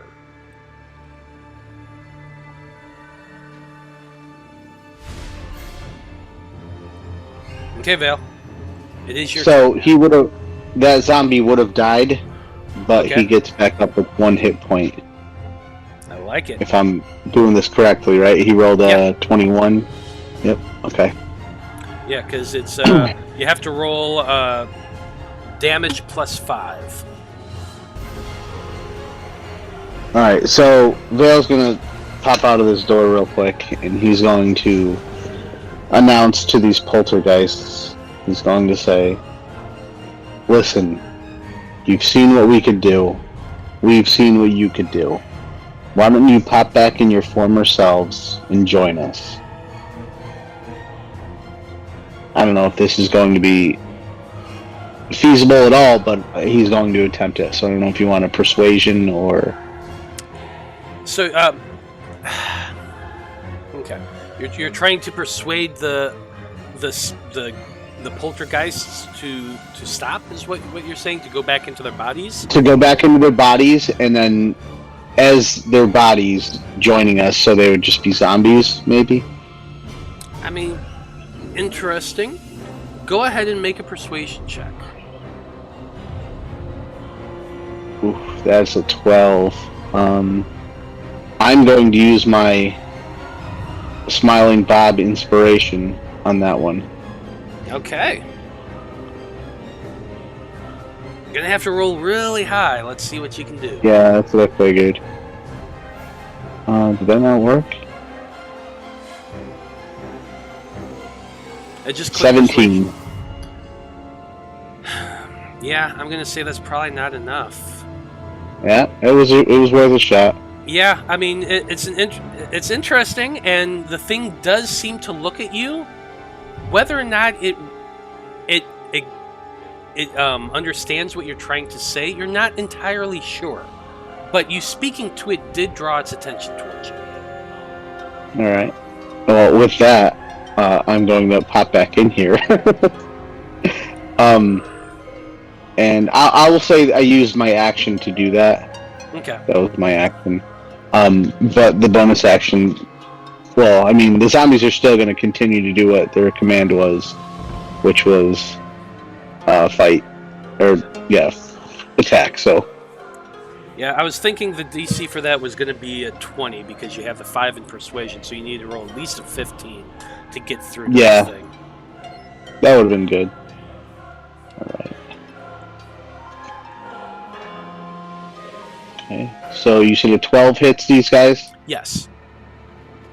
So, this guy right here is going to be taking 10 bludgeoning damage, and then this guy is going to be hit by the other zombies. You had 3 hits there. Did I keep... Oh yeah, 13, a 15, and a 19. I mean, rolling so many, I can get why sometimes. Yeah, it's a lot. You got a lot of zombies. So it's going to be 16 total bludgeoning for this guy, and then an 8 bludgeoning for this guy. So I think you have it. Oh, okay. Sorry. 16 for that guy, 8 for this guy. Yep. And then the skeleton.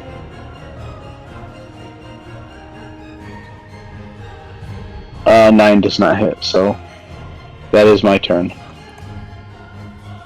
So this one over here, the one that looked at you, after being pummeled by all of your zombies, even though it was only taking a little bit of damage, it's finally enough to take this thing out completely. And as your zombies are all just pummeling it with its hands, it finally dissolves down into nothing. Just chipping away. Indeed. The poltergeist over here. It had seen you. It's surrounded by these zombies, but it begins flying up. They do get attacks of opportunity on it, so go ahead and roll those.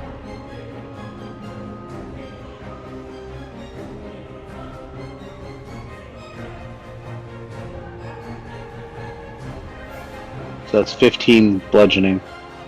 Okay. Halved, so 7. It then begins flying up into here, and it sees the two of you. Blood and Veil. And it's taking a swing at you, Veil. Yeah, that's right. Bring his 'cause it fucking was the mind one- more step. Yeah, that's right. I need you to make a strength saving throw for me, please. Or strength check, strength check. Alright. What was he Right doing? guys to do this too. Alright. Strength. That's a 10. Okay, so it rolled a 17. That is a success. It grasps onto you and just throws you across the room from one end to another, 30 feet. You smash into this forge, hitting your head against it as your body just cracks into the stone of the of what is it? I can't even think of what the hell it's called. The fire, the fire of the forge. The hearth holes? Yeah, the hearth. Thank you. Doing 10 points of bludgeoning damage to you. Alright. And it just screams at the two of you.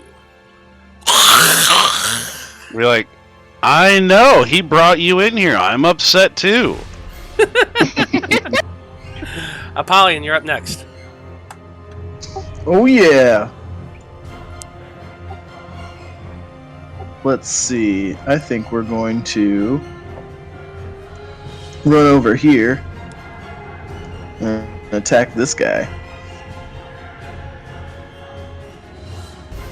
We're gonna go for the reckless attack to gain advantage. I like it.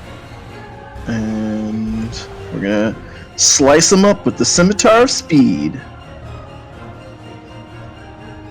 27. 27's gonna hit. 10 slashing. And another attack. 8 more slashing. 8 more slashing, nice. And third attack with the bonus action. Definitely is hitting. Another 8, so that's a total of 18, 24, 26 damage. Yeah, which is more than enough to take that poltergeist out. Get some. You slash through it once, twice, 3 times with the Scimitar of Speed, and the thing just dissipates completely into mist. And it just flows all around you as you're swinging wildly, and the mist just floats harmlessly around you. Ooh, my favorite color. Doing anything else for your turn? Nope, that's it. Okay, that's it for Apollyon. Next, we have the poltergeist that launched Vulcan, and he's going to do the exact same freaking thing to him.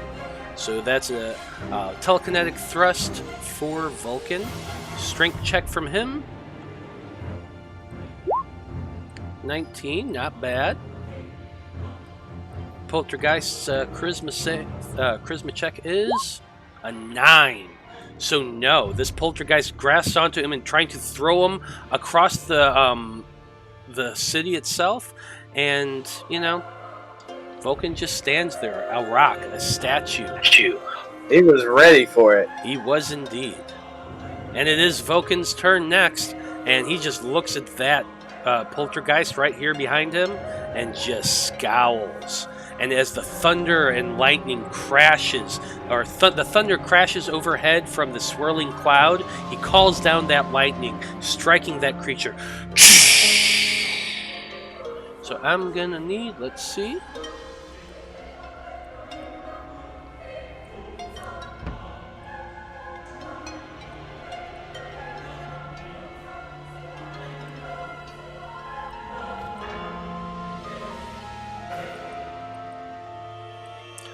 Let's see, dexterity saving throw, that's a 10, which is a failure.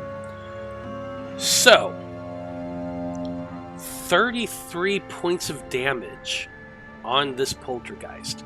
Easily enough. Well, actually, no, hold on a second. Because this thing is resistant to lightning damage, so that is halved. So, it's actually 16 points of lightning damage, striking down at the poltergeist right there. Yep. And that's it for Vulcan's turn. And Jareth, I'm just going to assume that you're continuing to keep lookout, and I will say, without making you roll a third time, that more of these poltergeists are starting to head towards you. You can see them no more than a few blocks away at this point. The group can't see them, they're out of their vision, but you are seeing more of those pink misty forms, and occasionally a blue or two moving in as well. They're getting closer. They're probably going to get within eye shot in the next few rounds. Okay. Looks like Eloise is last in order. What are you doing? Oh boy. Oh boy, oh boy, oh boy, oh boy, oh boy. Yes, I am using the wrong type of mouse. I am never use the wrong type of mouse. I'm going to use my action to go ahead and move my moonbeam. I can move it 60 feet. Yeah. This one's next in line in turn order, if that means anything. Sure. Oh, I thought Apollyon took that one out. Not that one, No. no. That one's still This up. one right here. Now, whether or No, not you the- would know it's next in turn order is another thing. Yeah. Yeah. I mean, technically, in real time, that it's all happening at the same time. This is true. So it But doesn't what are you really doing, matter. Eloise? Honestly, Yeah, I'm just gonna go ahead and just did. I don't know. use my action to move my moonbeam. That's the next one to swing. What's the saving throw? Is it con? Constitution. That's a 4. Okie dokie, let me roll damage. Damage.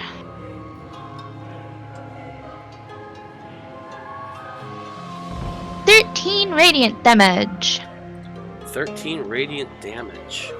Yeah, I'm... Okay. Let's see here. Just doing big damage, me. There we go. You move your moonbeam over to it, and immediately, the moment it comes in contact, it just strikes out, smashing that radiant energy into this creature, doing a decent amount of damage to it. Woo. Ow. Doing anything else? That was my action.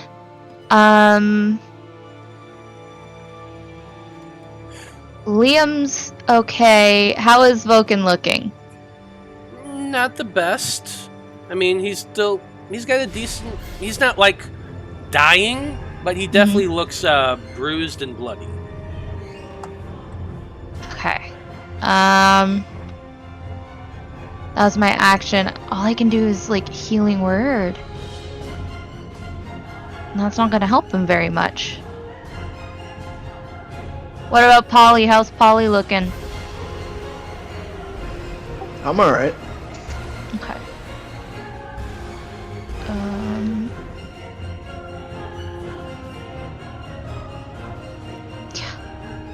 At best, if I max roll, it's so wimpy.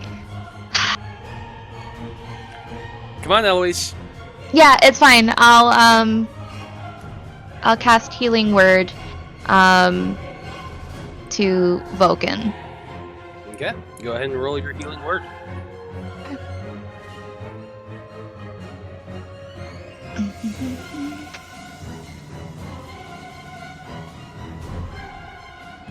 Eight points of healing.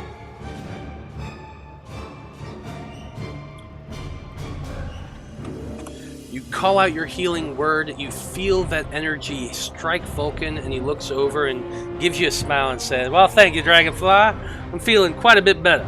You don't have to worry about me, sweetheart." Liam, That's it. That's all I got. top of the order. Alright. Taking 25 feet of movement. I jump up in the air and I do a two-handed downward thrust at this guy right here. Okay. 15 hits. 15 does. Doing 15 points of damage. Okay, well, this thing had 8 hit points left, so how does that look? Yeah, I kind of leap up in the air and I land on this thing with full force and just like stab into the wall and almost do damage to my sword. I thrust into this thing so hard. Then looking about the battlefield, I'm going to start waving people over in this direction that we need to start moving this way with the rest of my action and bonus action. So that's my turn. Okay. Blood from a Stone, you're up next, and you have one of these poltergeists right up on you. So what are you doing?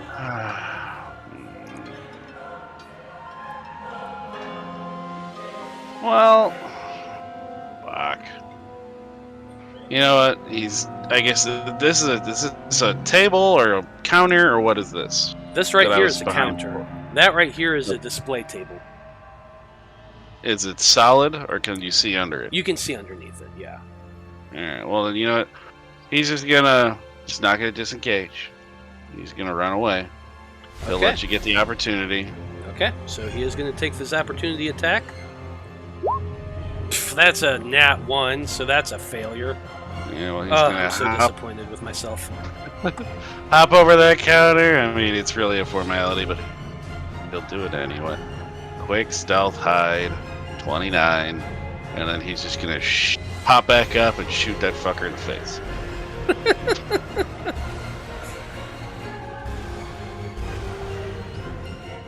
I feel like you would have had to move a little bit to get your sneak attack, but that's fine. Oh, well, yeah. So, I mean, yeah. 18, 24. Yeah, definitely enough to take this out. It had 13 hit points left. It's just a single shot with your crossbow right into its head, explodes the thing outward, and Mist just dissolves in a whiff of smoke. He's just gonna stand up and turn back to the body of this dark elf on the floor. It's like, you brought that fucker in here. It's like, I was hiding. I was like, I blame you. And then he's just gonna hang out because he's done. You did hear Liam screaming out, "Everyone come this way!" Just to... Oh, well, yeah, then I guess he'll start. I guess, I mean, he's been sitting there for a while, so he'll feel out agility, at least get the edge of the door after moving and going. And so, all right, yeah, he's hanging out. Yep, absolutely. That's it for his turn, and it is the poltergeist. The last poltergeist, the one in the moonbeam's turn, so it needs to make its con saving throw first. And that's an 18, which I'm pretty sure is a success. So go ahead and roll your damage, Eloise.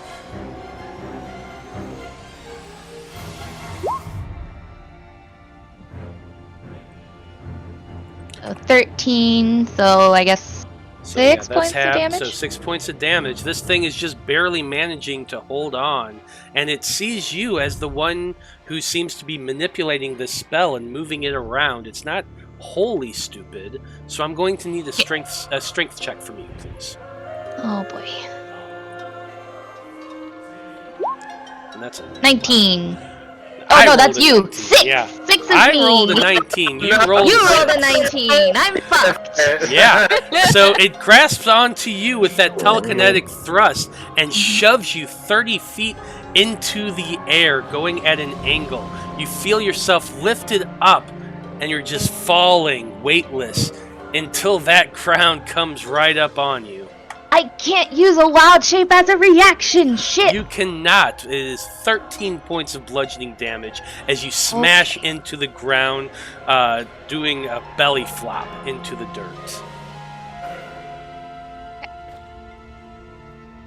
It is going to use its movement to coast the fuck away. It's barely able to hold on. Now, I need to make a concentration You save? do need to make a concentration check, or saving throw. And thank you, Warcaster. I have advantage. Please be good enough. Woo! Alright, we're good. 22, it's enough. Now, does he take damage? He doesn't take damage when he leaves the effect. It's just when he starts his turn. When he starts. Yeah. So it does move out of the field into the building. And you see it disappear through the wall. 5, 10, 15, 20, 25, 30, 35, 40, 50. It's going to come right over there. And it disappears. I don't think any of y'all can see it. But in that moment, the last of the creatures seems to be running away, though Jareth does know from its position up in the air that more of these creatures are starting to swarm towards you all. And that's where we're going to take a break. So we'll be back in about 10 minutes, everybody. Stay tuned. Stay tuned. Woo! Woo!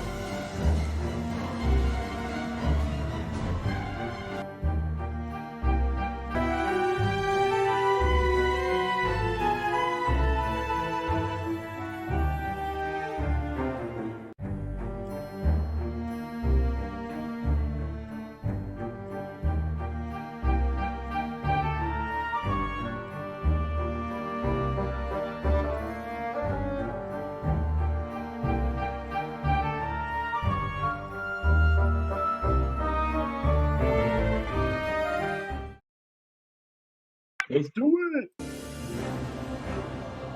Okay, everybody, we are back. And when we last left off, the Faab Five had just defeated a very large group of poltergeists, seemingly risen or raised, I should say, by a sword wraith. Most of them have been defeated at this point. One of them managed to escape. But Jareth, the owl, has seen large numbers in the streets around them, heading in this direction towards our heroes. So Faab 5, what are you doing? I am fully abandoning stealth if as soon as Veil relays this information to us. If that's what he does. If he doesn't tell us, then we continue to move stealthily. It's up to Veil. So what does Veil do? Veil's telling you everything that Jareth saw. Then my suggestion would be to make a beeline straight for this citadel, call out Sanctuary on the way there, try and get their attention and get them to open the doors to let us in. Hopefully there's someone in there, but I mean, hope is shitty in this town right now, so fuck. Okay. Well, you're all racing as quickly as you can, heading towards the temple. Does that sound about right?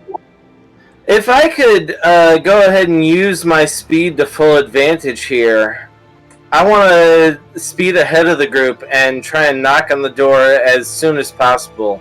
So if I use action and dash, I can move 110 feet per round. Okay. You can run ahead then, if that's what you're wanting to do. Everyone else kind of grouping together and racing forward. Veil, are you keeping all your zombies around you right now? I mean, I would say if we're really trying to do like a speed thing, then no. But if anybody has a problem with it, I'll put them away. You can. You're going to pause for a minute and push them into your hole? Yeah, I could do that. I'm just asking you. That way, it's entirely up to you. Yeah. Well, here's the other thing. I didn't want to open this hole just yet because I wasn't sure if there'd be a surprise in there with the poltergeists. Do I do surprises like that? Once we were in a safe location, I would say everybody get ready, and then I would open it just in case something popped out at us. Okay. Well, we right could now... also just wait till daylight, and then we could check it. Yeah, I mean, I will say you do step out of the blacksmith shop with the grouping around you. Liam seems like he's getting ready to take off running in this moment. Okay. You do have like it seems like you probably have a round before he takes off. Are you going to try to find some place safe to do that, to open it up, or are you going to be following Liam? All right, I'm going to get a quick vote of the group. Are we going to be walking with these zombies? Do you guys have an issue with me walking with my zombies? Or running with my zombies, I should say? I don't, but my personal fear for you is that they won't be able to cross the gates of a cleric's station. I don't know. Well, we'll cross that bridge when we get to it. So I'm gonna continue to run with these zombies. They have a movement of, I think, 20 feet, so they could move 40 feet around. So yeah, they are slower than you. So even you, Veil, would be moving faster than the zombies. They would slowly start to be outpaced by you all. If you're going as fast as you can. If you're staying with them, that's a completely other story. I want to make sure exactly what you're doing. I'm gonna stay with them. So I'm gonna be running at 40 feet around. Okay. So you're running at 40 feet per round. Liam is zooming ahead with his massive amount of speed. I'm also going to dash. You're going to dash as well, Apollyon? Yeah, that'll be 80 feet around for me, so I'll be just a little behind Liam. So yeah, you will be a little bit behind Liam. The rest of the group, Blood from a Stone, Eloise, Vulcan's going to stay with you, Eloise. So it's whatever you're doing, he's doing too. So what are you doing? I'm going my full speed and dashing. Okay. Blood? Well, alright, if I use feline agility and then dash, that'd be 120. But if I do a double dash for the bonus action, does that double the 120? Or would it just add another 60? Add another For the 60. first round. And then I would just go 90 after that. Yeah, I'll say you can get that burst of if you're using your because if you're using your feline agility as what is it an action? No, it's a cat. It's a Vaxi thing. He can do it once, and then he has to go around not moving at all before he can use it again. Okay, so it's a cat's burst of speed. So what it is you use your movement to do your movement, and then you do your feline agility to do that extra movement. Then you use your action to dash. Well, so it's 1, 2, 3. Because his thing, so Our his bonus movement action, whatever. For that is his movement's 60, so then it would be 120. I would just say 180 for that, since we don't want to be absurd and go 240. Yeah, so you can definitely zoom ahead of Liam in this and go faster than him, but he's gonna eventually outpace you. I mean, he's got the full 90 when he's gonna end up trying to stick in between them and in between the two people running all the way ahead and the rest of the group. So he's not gonna leave them completely behind, because I mean that could be very bad. Okay, so do me a favor. Give me a marching order really quick. That way I can move you all to the map.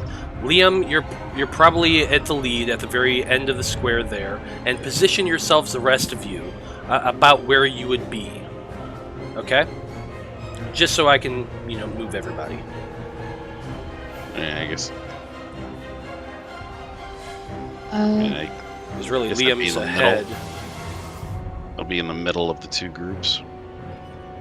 Okay, so probably Apollyon would be there. Liam would be here because Apollyon's 80, Liam's 120. 120. Yeah. I put mine there to be in third place, but whatever. Yeah. 110, but yeah. 80. I'm about 60 around, so I guess I'll be there-ish. Yeah, and Vulcan would be going along with. Okay, and then the zombies and Veil would be behind. Okay, good to know. Good to know. So all of you running as fast as you can, trying to make it up to the sorry, I blanked for a second. Moving up to the temple. You're running as fast as you can, and as you're running, all of you are seeing more and more of these poltergeists beginning to rise up, coming around buildings and in through alleys. You're seeing them as you're running, but you're running as fast as you can, and they seem to be more like surprised, and you actually get a couple rounds ahead of them before any of them start to react. But you do see some of them starting to follow behind as you're running. Liam, you arrive first. And what you see is a very tall building made of the same stone that you've all been seeing pretty much the entire time since you arrived here. As you approach the temple, you see a tall two-story yellow and gray stone building with a long front that tees off behind it and high-sloped roof of flat rock tiles. The building sits high on a mesa, giving it a long sloped courtyard of rocky soil, which is giving the temple a high vantage point on the street below. You can see, Liam, that the windows are all boarded up, and there's very little light coming from the inside of the temple. Though you can see that the door is just barely ajar. You can also see that the grounds of the temple have been heavily fortified with sandbag barriers, cheval de frise, which is, the spiky fence-like things, and things of that nature. You can also see row upon row of wrapped and bound bodies arranged to the sides of the grounds, as though they were prepared for burial and then just left there. You're running as fast as you can. Apollyon's behind you a little ways, and you two are the first to make it in sight of the doors. From inside the doors, you can hear a voice that screams out, "Halt! Who goes there?" Blood, you're probably right at the bottom of the grounds at this point, passing the stone gateway and heading up to the grounds, and you would be able to just barely hear this. The rest of the group cannot. Veil, you've been lagging behind this entire time. And as you glance back, you can see a large group of these poltergeists coming in from behind. You know that they have a lot of movement speed, faster and farther than you can go. And they are gaining on you right now. What are you doing? Alright, so about how far behind are they right now, and about how far to the temple am I? I'm going to say they're probably just at the edge of your vision, so probably just right at 60 feet away from you. Okay. And about how far to the temple am I? You have basically about 120 feet to get into the grounds themselves. Give or take. Are we coming out of an alley up to this building?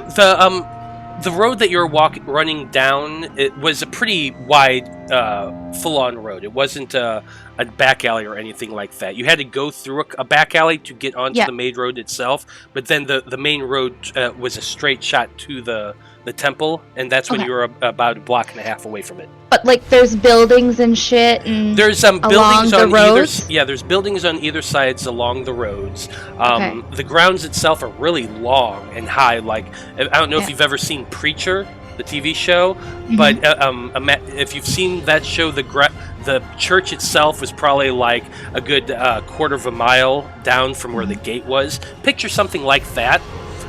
Stone walls circling the entire building, and the grounds itself, with a large stone archway of a gate in front of it. Okay. It's like Wayne Manor. A little bit, yeah, but much smaller. So, has Veil gotten out of the road into the main?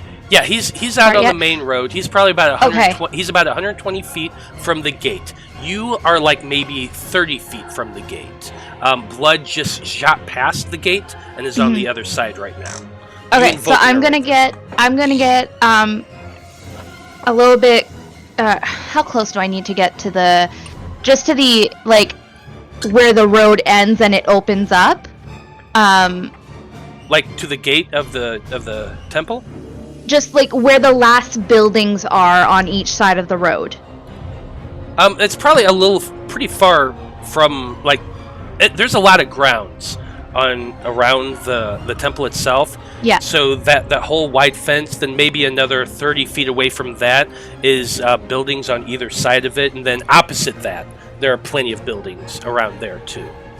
Kind of place the way this the road that we've all been running down, the road that we're getting chased down. Mm-hmm. The last two buildings to that road before I'm assuming it opens up to a courtyard before the big wall. No, the big wall is right on the road itself. It's the entrance is right there. The road goes right in front of it. Well then, behind Veil, sure, in between two buildings, I'm going to take out my staff and expend 6 of its charges to cast Wall of Thorns behind Veil and the zombies. Between us and the poltergeists. I like it. Yeah. Go ahead and throw that spell up in chat for me.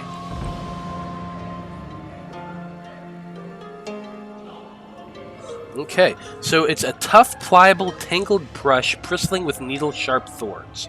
The wall appears within range on a solid surface and lasts the duration.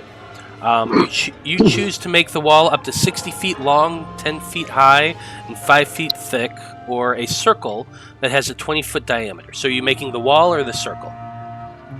I'm hoping I can, make a wall in between, two buildings on each side and anchor it to those buildings. Yeah, absolutely. Okay. You cast your spell, and this huge wall of thorns comes growing up out of the ground, going right across the road, and gets between the outer wall of the temple and the next building, through that kind of alleyway right there. That's kind of what you're wanting to do? Yeah. Yeah, absolutely. You do that, and you all see that thing grow upwards and form there, and then just harden. And when you do this, Vulcan, he's probably about 20 feet ahead, behind you now, because you turned and walked towards the... And you just hear, "That's wonderful, Dragonfly, but we need to get going, girl. Come on now." Huh? Yeah. Once I cast it, I'll keep running, cause yeah. Okay. And Veil will, as soon as he sees that happen, he'll look behind him and see this giant wall of thorns just appear, and the poltergeist behind it kind of just vanish in this thicket. And he's just going to double down on that, and he's going to cast darkness on that wall. Just so it's just a giant, what is a 30-foot diameter of just solid darkness, and then they have the thorns to take care of, to stop them as well. I think the word you're looking for is a total clusterfuck. Indeed. Yes, it is. So that's your actions on your turn, and I assume all of you start running back towards the gate itself. You all make your full movement. Veil doing your 40 feet. Eloise, you had to do 30 back, so it's probably going to take you another round to get around that. And at the end of your rounds, you all look back to that darkened area that you cast all those thorns, and you just look. And you see the pink forms of the poltergeist moving effortlessly through the wall of thorns.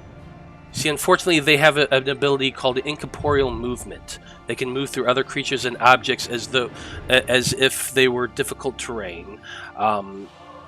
So they only take damage if they're inside it. So they are able to move through it. They lose their movement, and you just see this wall of poltergeists end their turn on the side of the wall, right by you, but they had to use their entire movement to get through there. Thank you. I was hoping that it would at least confuse them in the darkness. Yeah, if they're only going in one direction, they're only going in one direction. So. Yeah, that makes sense. But it's great, and it halted them, and they're all stuck there for the next round. What are you all doing?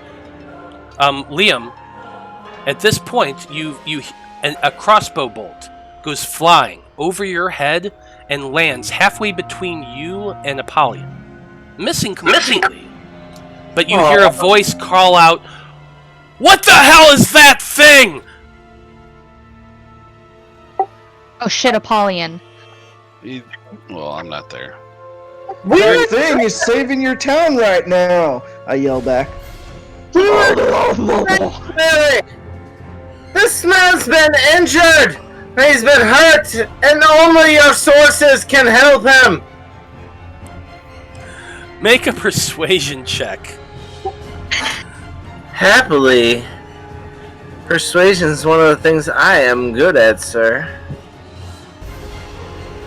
That's an 18. An 18. What? Yeah. What?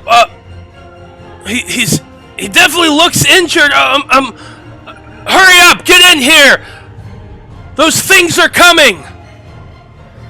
I'll stand right at that position, and while I usher everyone towards the door, I'm holding position. Yeah, Blood is gonna wait near the gate, waiting for Eloise and Vulcan and Veil to get inside. Cover them with his crossbow. Okay. Eloise and Vulcan and Veil, you have movement action, bonus action. These things have more movement than you do. And they're going to be coming soon. What are you doing?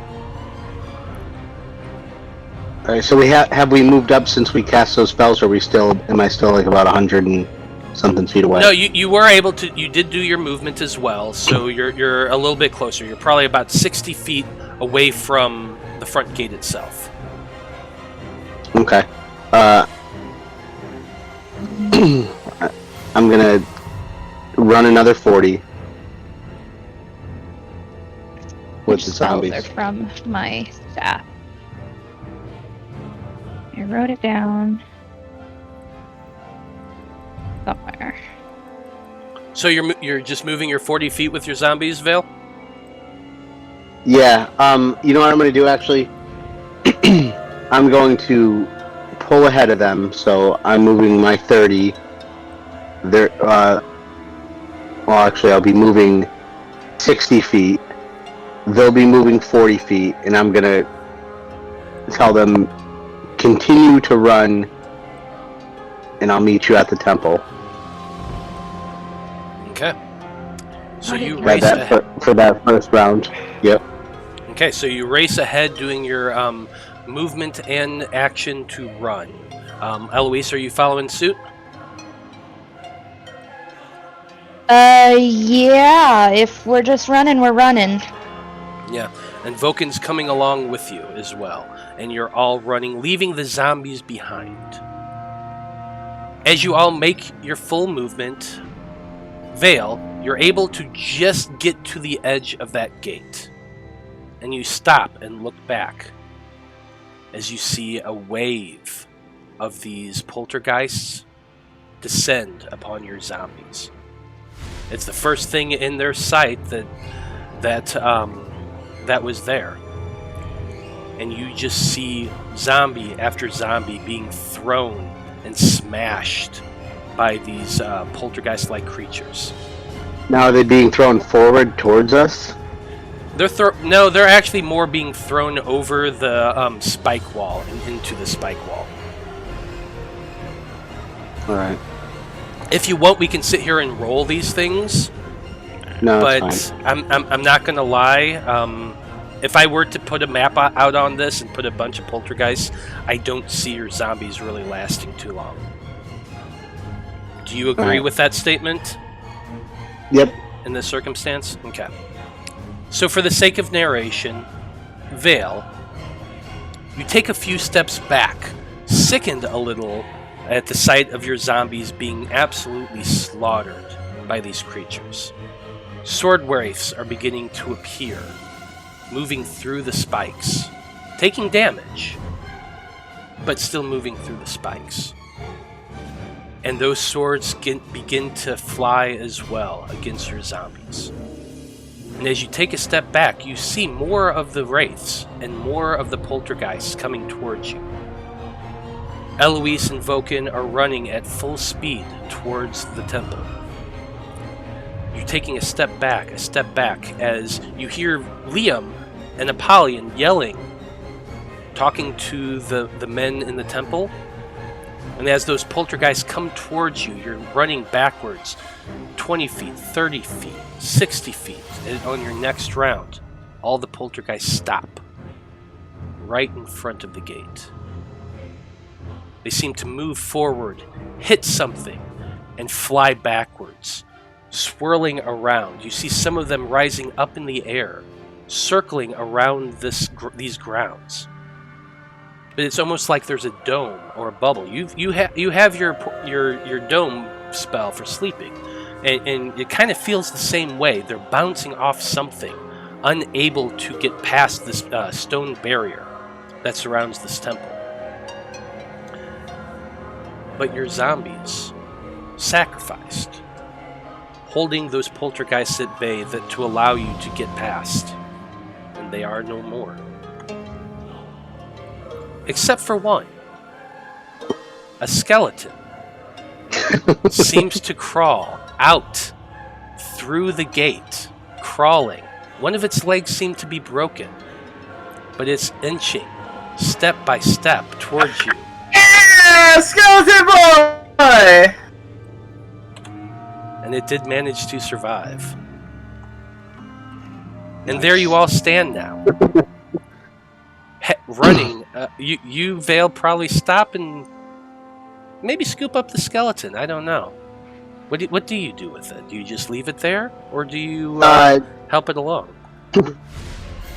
Yeah, I would help it along until I got up to probably close to Liam, and then it would kind of fall out of my grasp and kind of go towards Liam. Okay. And as you get closer, the doorway opens.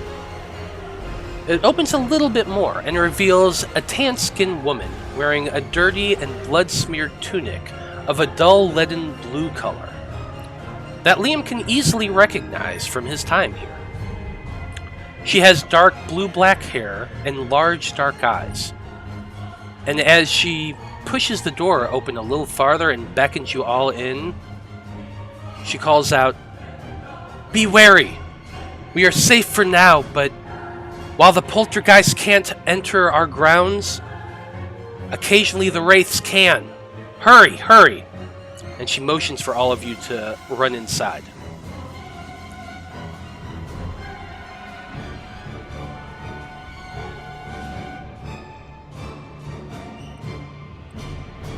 Okay. Matthew, is this being by any chance a half-elf? Well, are you walking up towards her to see? Absolutely. As she steps aside to let you pass, Liam, you do notice that her ears come to a soft point just through the length of her hair. It is half elf.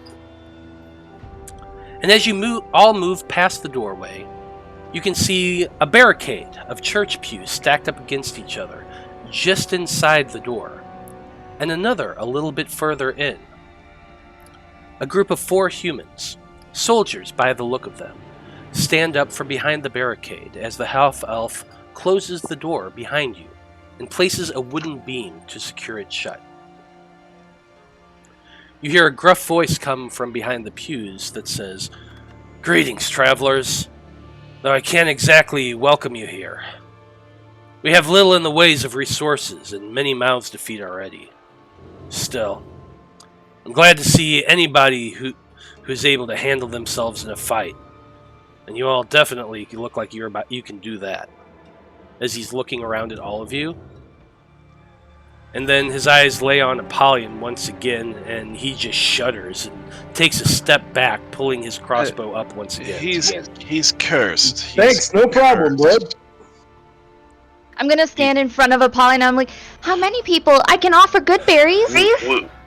I'll stand in front of him as well, ready to catch any arrows that go his way. We just don't have the materials to cure his fucking condition. He's ugly normally, but he's not that ugly. What do you guys keep talking about condition? I love the new me. Yeah. There's a lot of confused looks that seem to be circling about these men. The 4 in front, as I said, are human.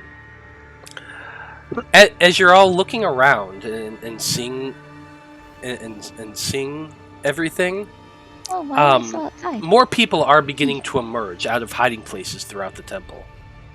The temple itself is, as I said, made of that same yellowish gray stone as the rest of the village, though this building is much more polished and refined than the others you've encountered. Blood, you spot first, I imagine, the gray fur tabaxi that steps out from the back of this room over here. It's a gray fur tabaxi with an eye patch and wearing very soft leather armor. It has a crossbow in its hand and is lowering it as it steps into view. From behind, you can all see an old man with a long white beard rise from a stone pulpit, aided by a silver-scaled dragonborn, who also wears a tunic of the Blue Heron monks. A couple other people emerge as well, a pair of humans in work clothes, merchants probably, or maybe tradespeople based on their look. You can also see the small head of a black-haired child peeking out from a back doorway to your right, over here. Quick qualifier question. Does this Dragonborn have a tail? Make a perception check. I was about to ask the same thing. Look at I y'all kind of by- figured you would be, yeah. Perception. Oof, that's a 7. You can't tell, Liam. They're standing behind the pulpit and helping this guy up. Eloise, the moment you see this Dragonborn, your eyes look down and to the left, and as he's rising and helping this old man up, you do see a flicker of a tail lash the side of the pulpit as they stand. Oh.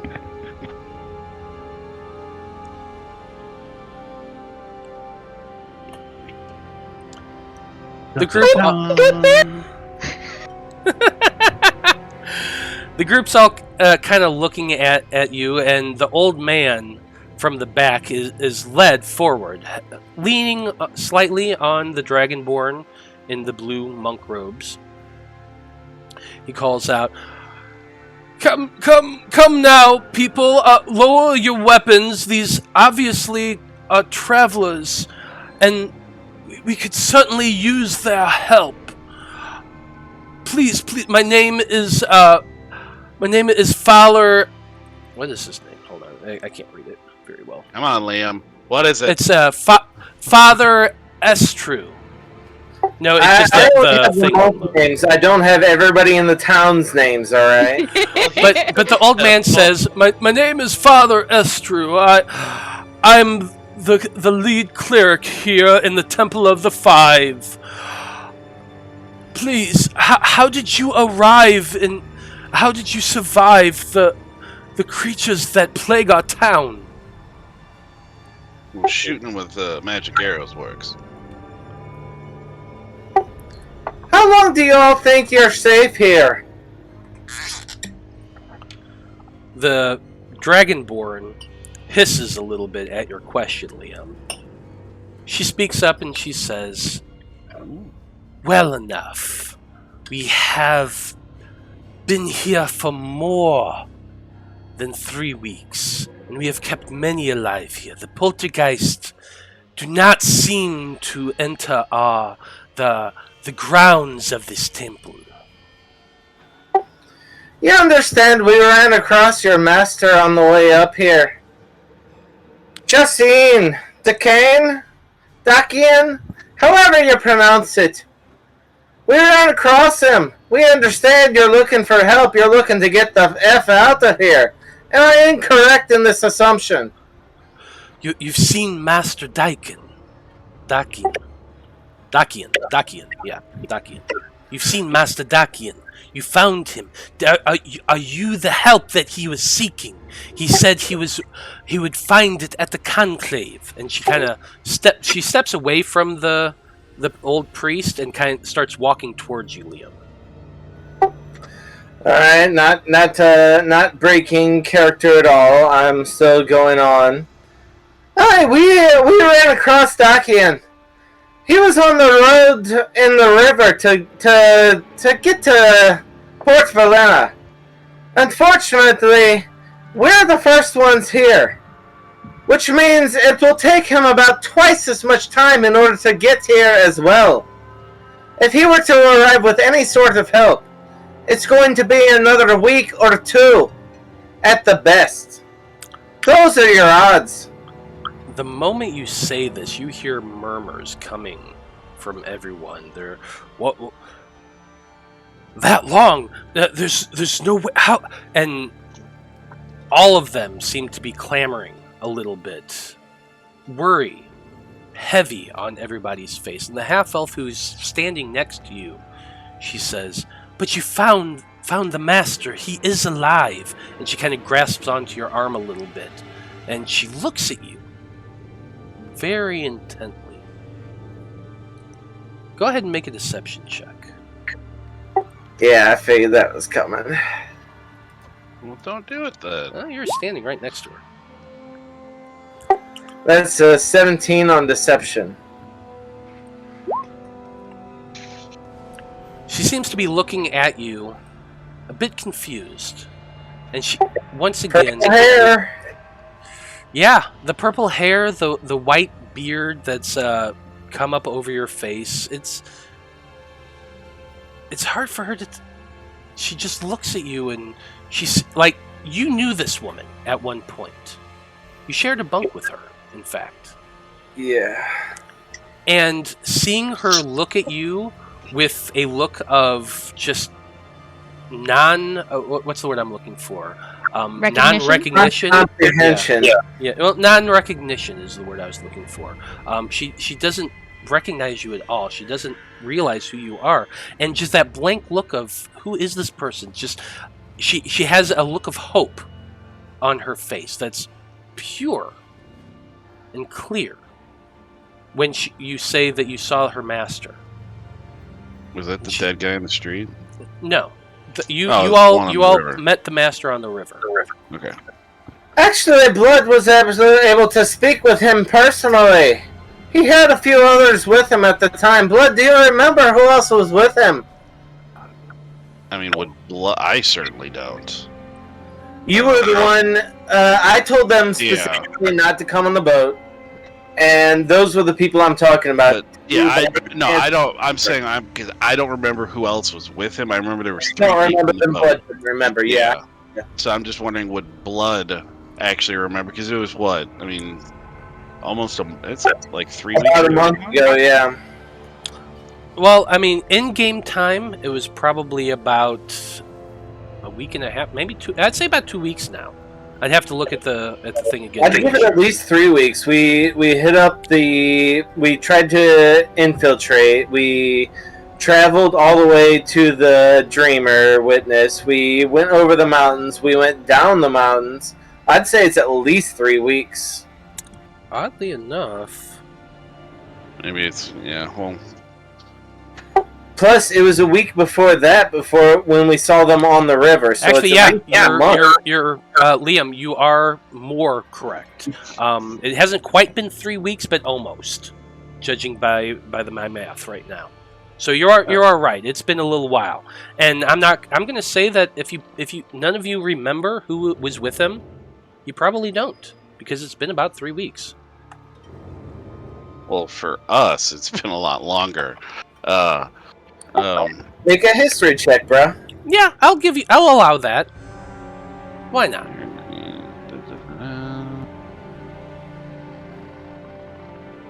22. I'll allow you to remember that there were 3 with him. Well, I remember that part, yeah, but I just didn't remember who they were. You know what? I don't know if they actually introduced themselves. They didn't. He at least gets the race of one of them.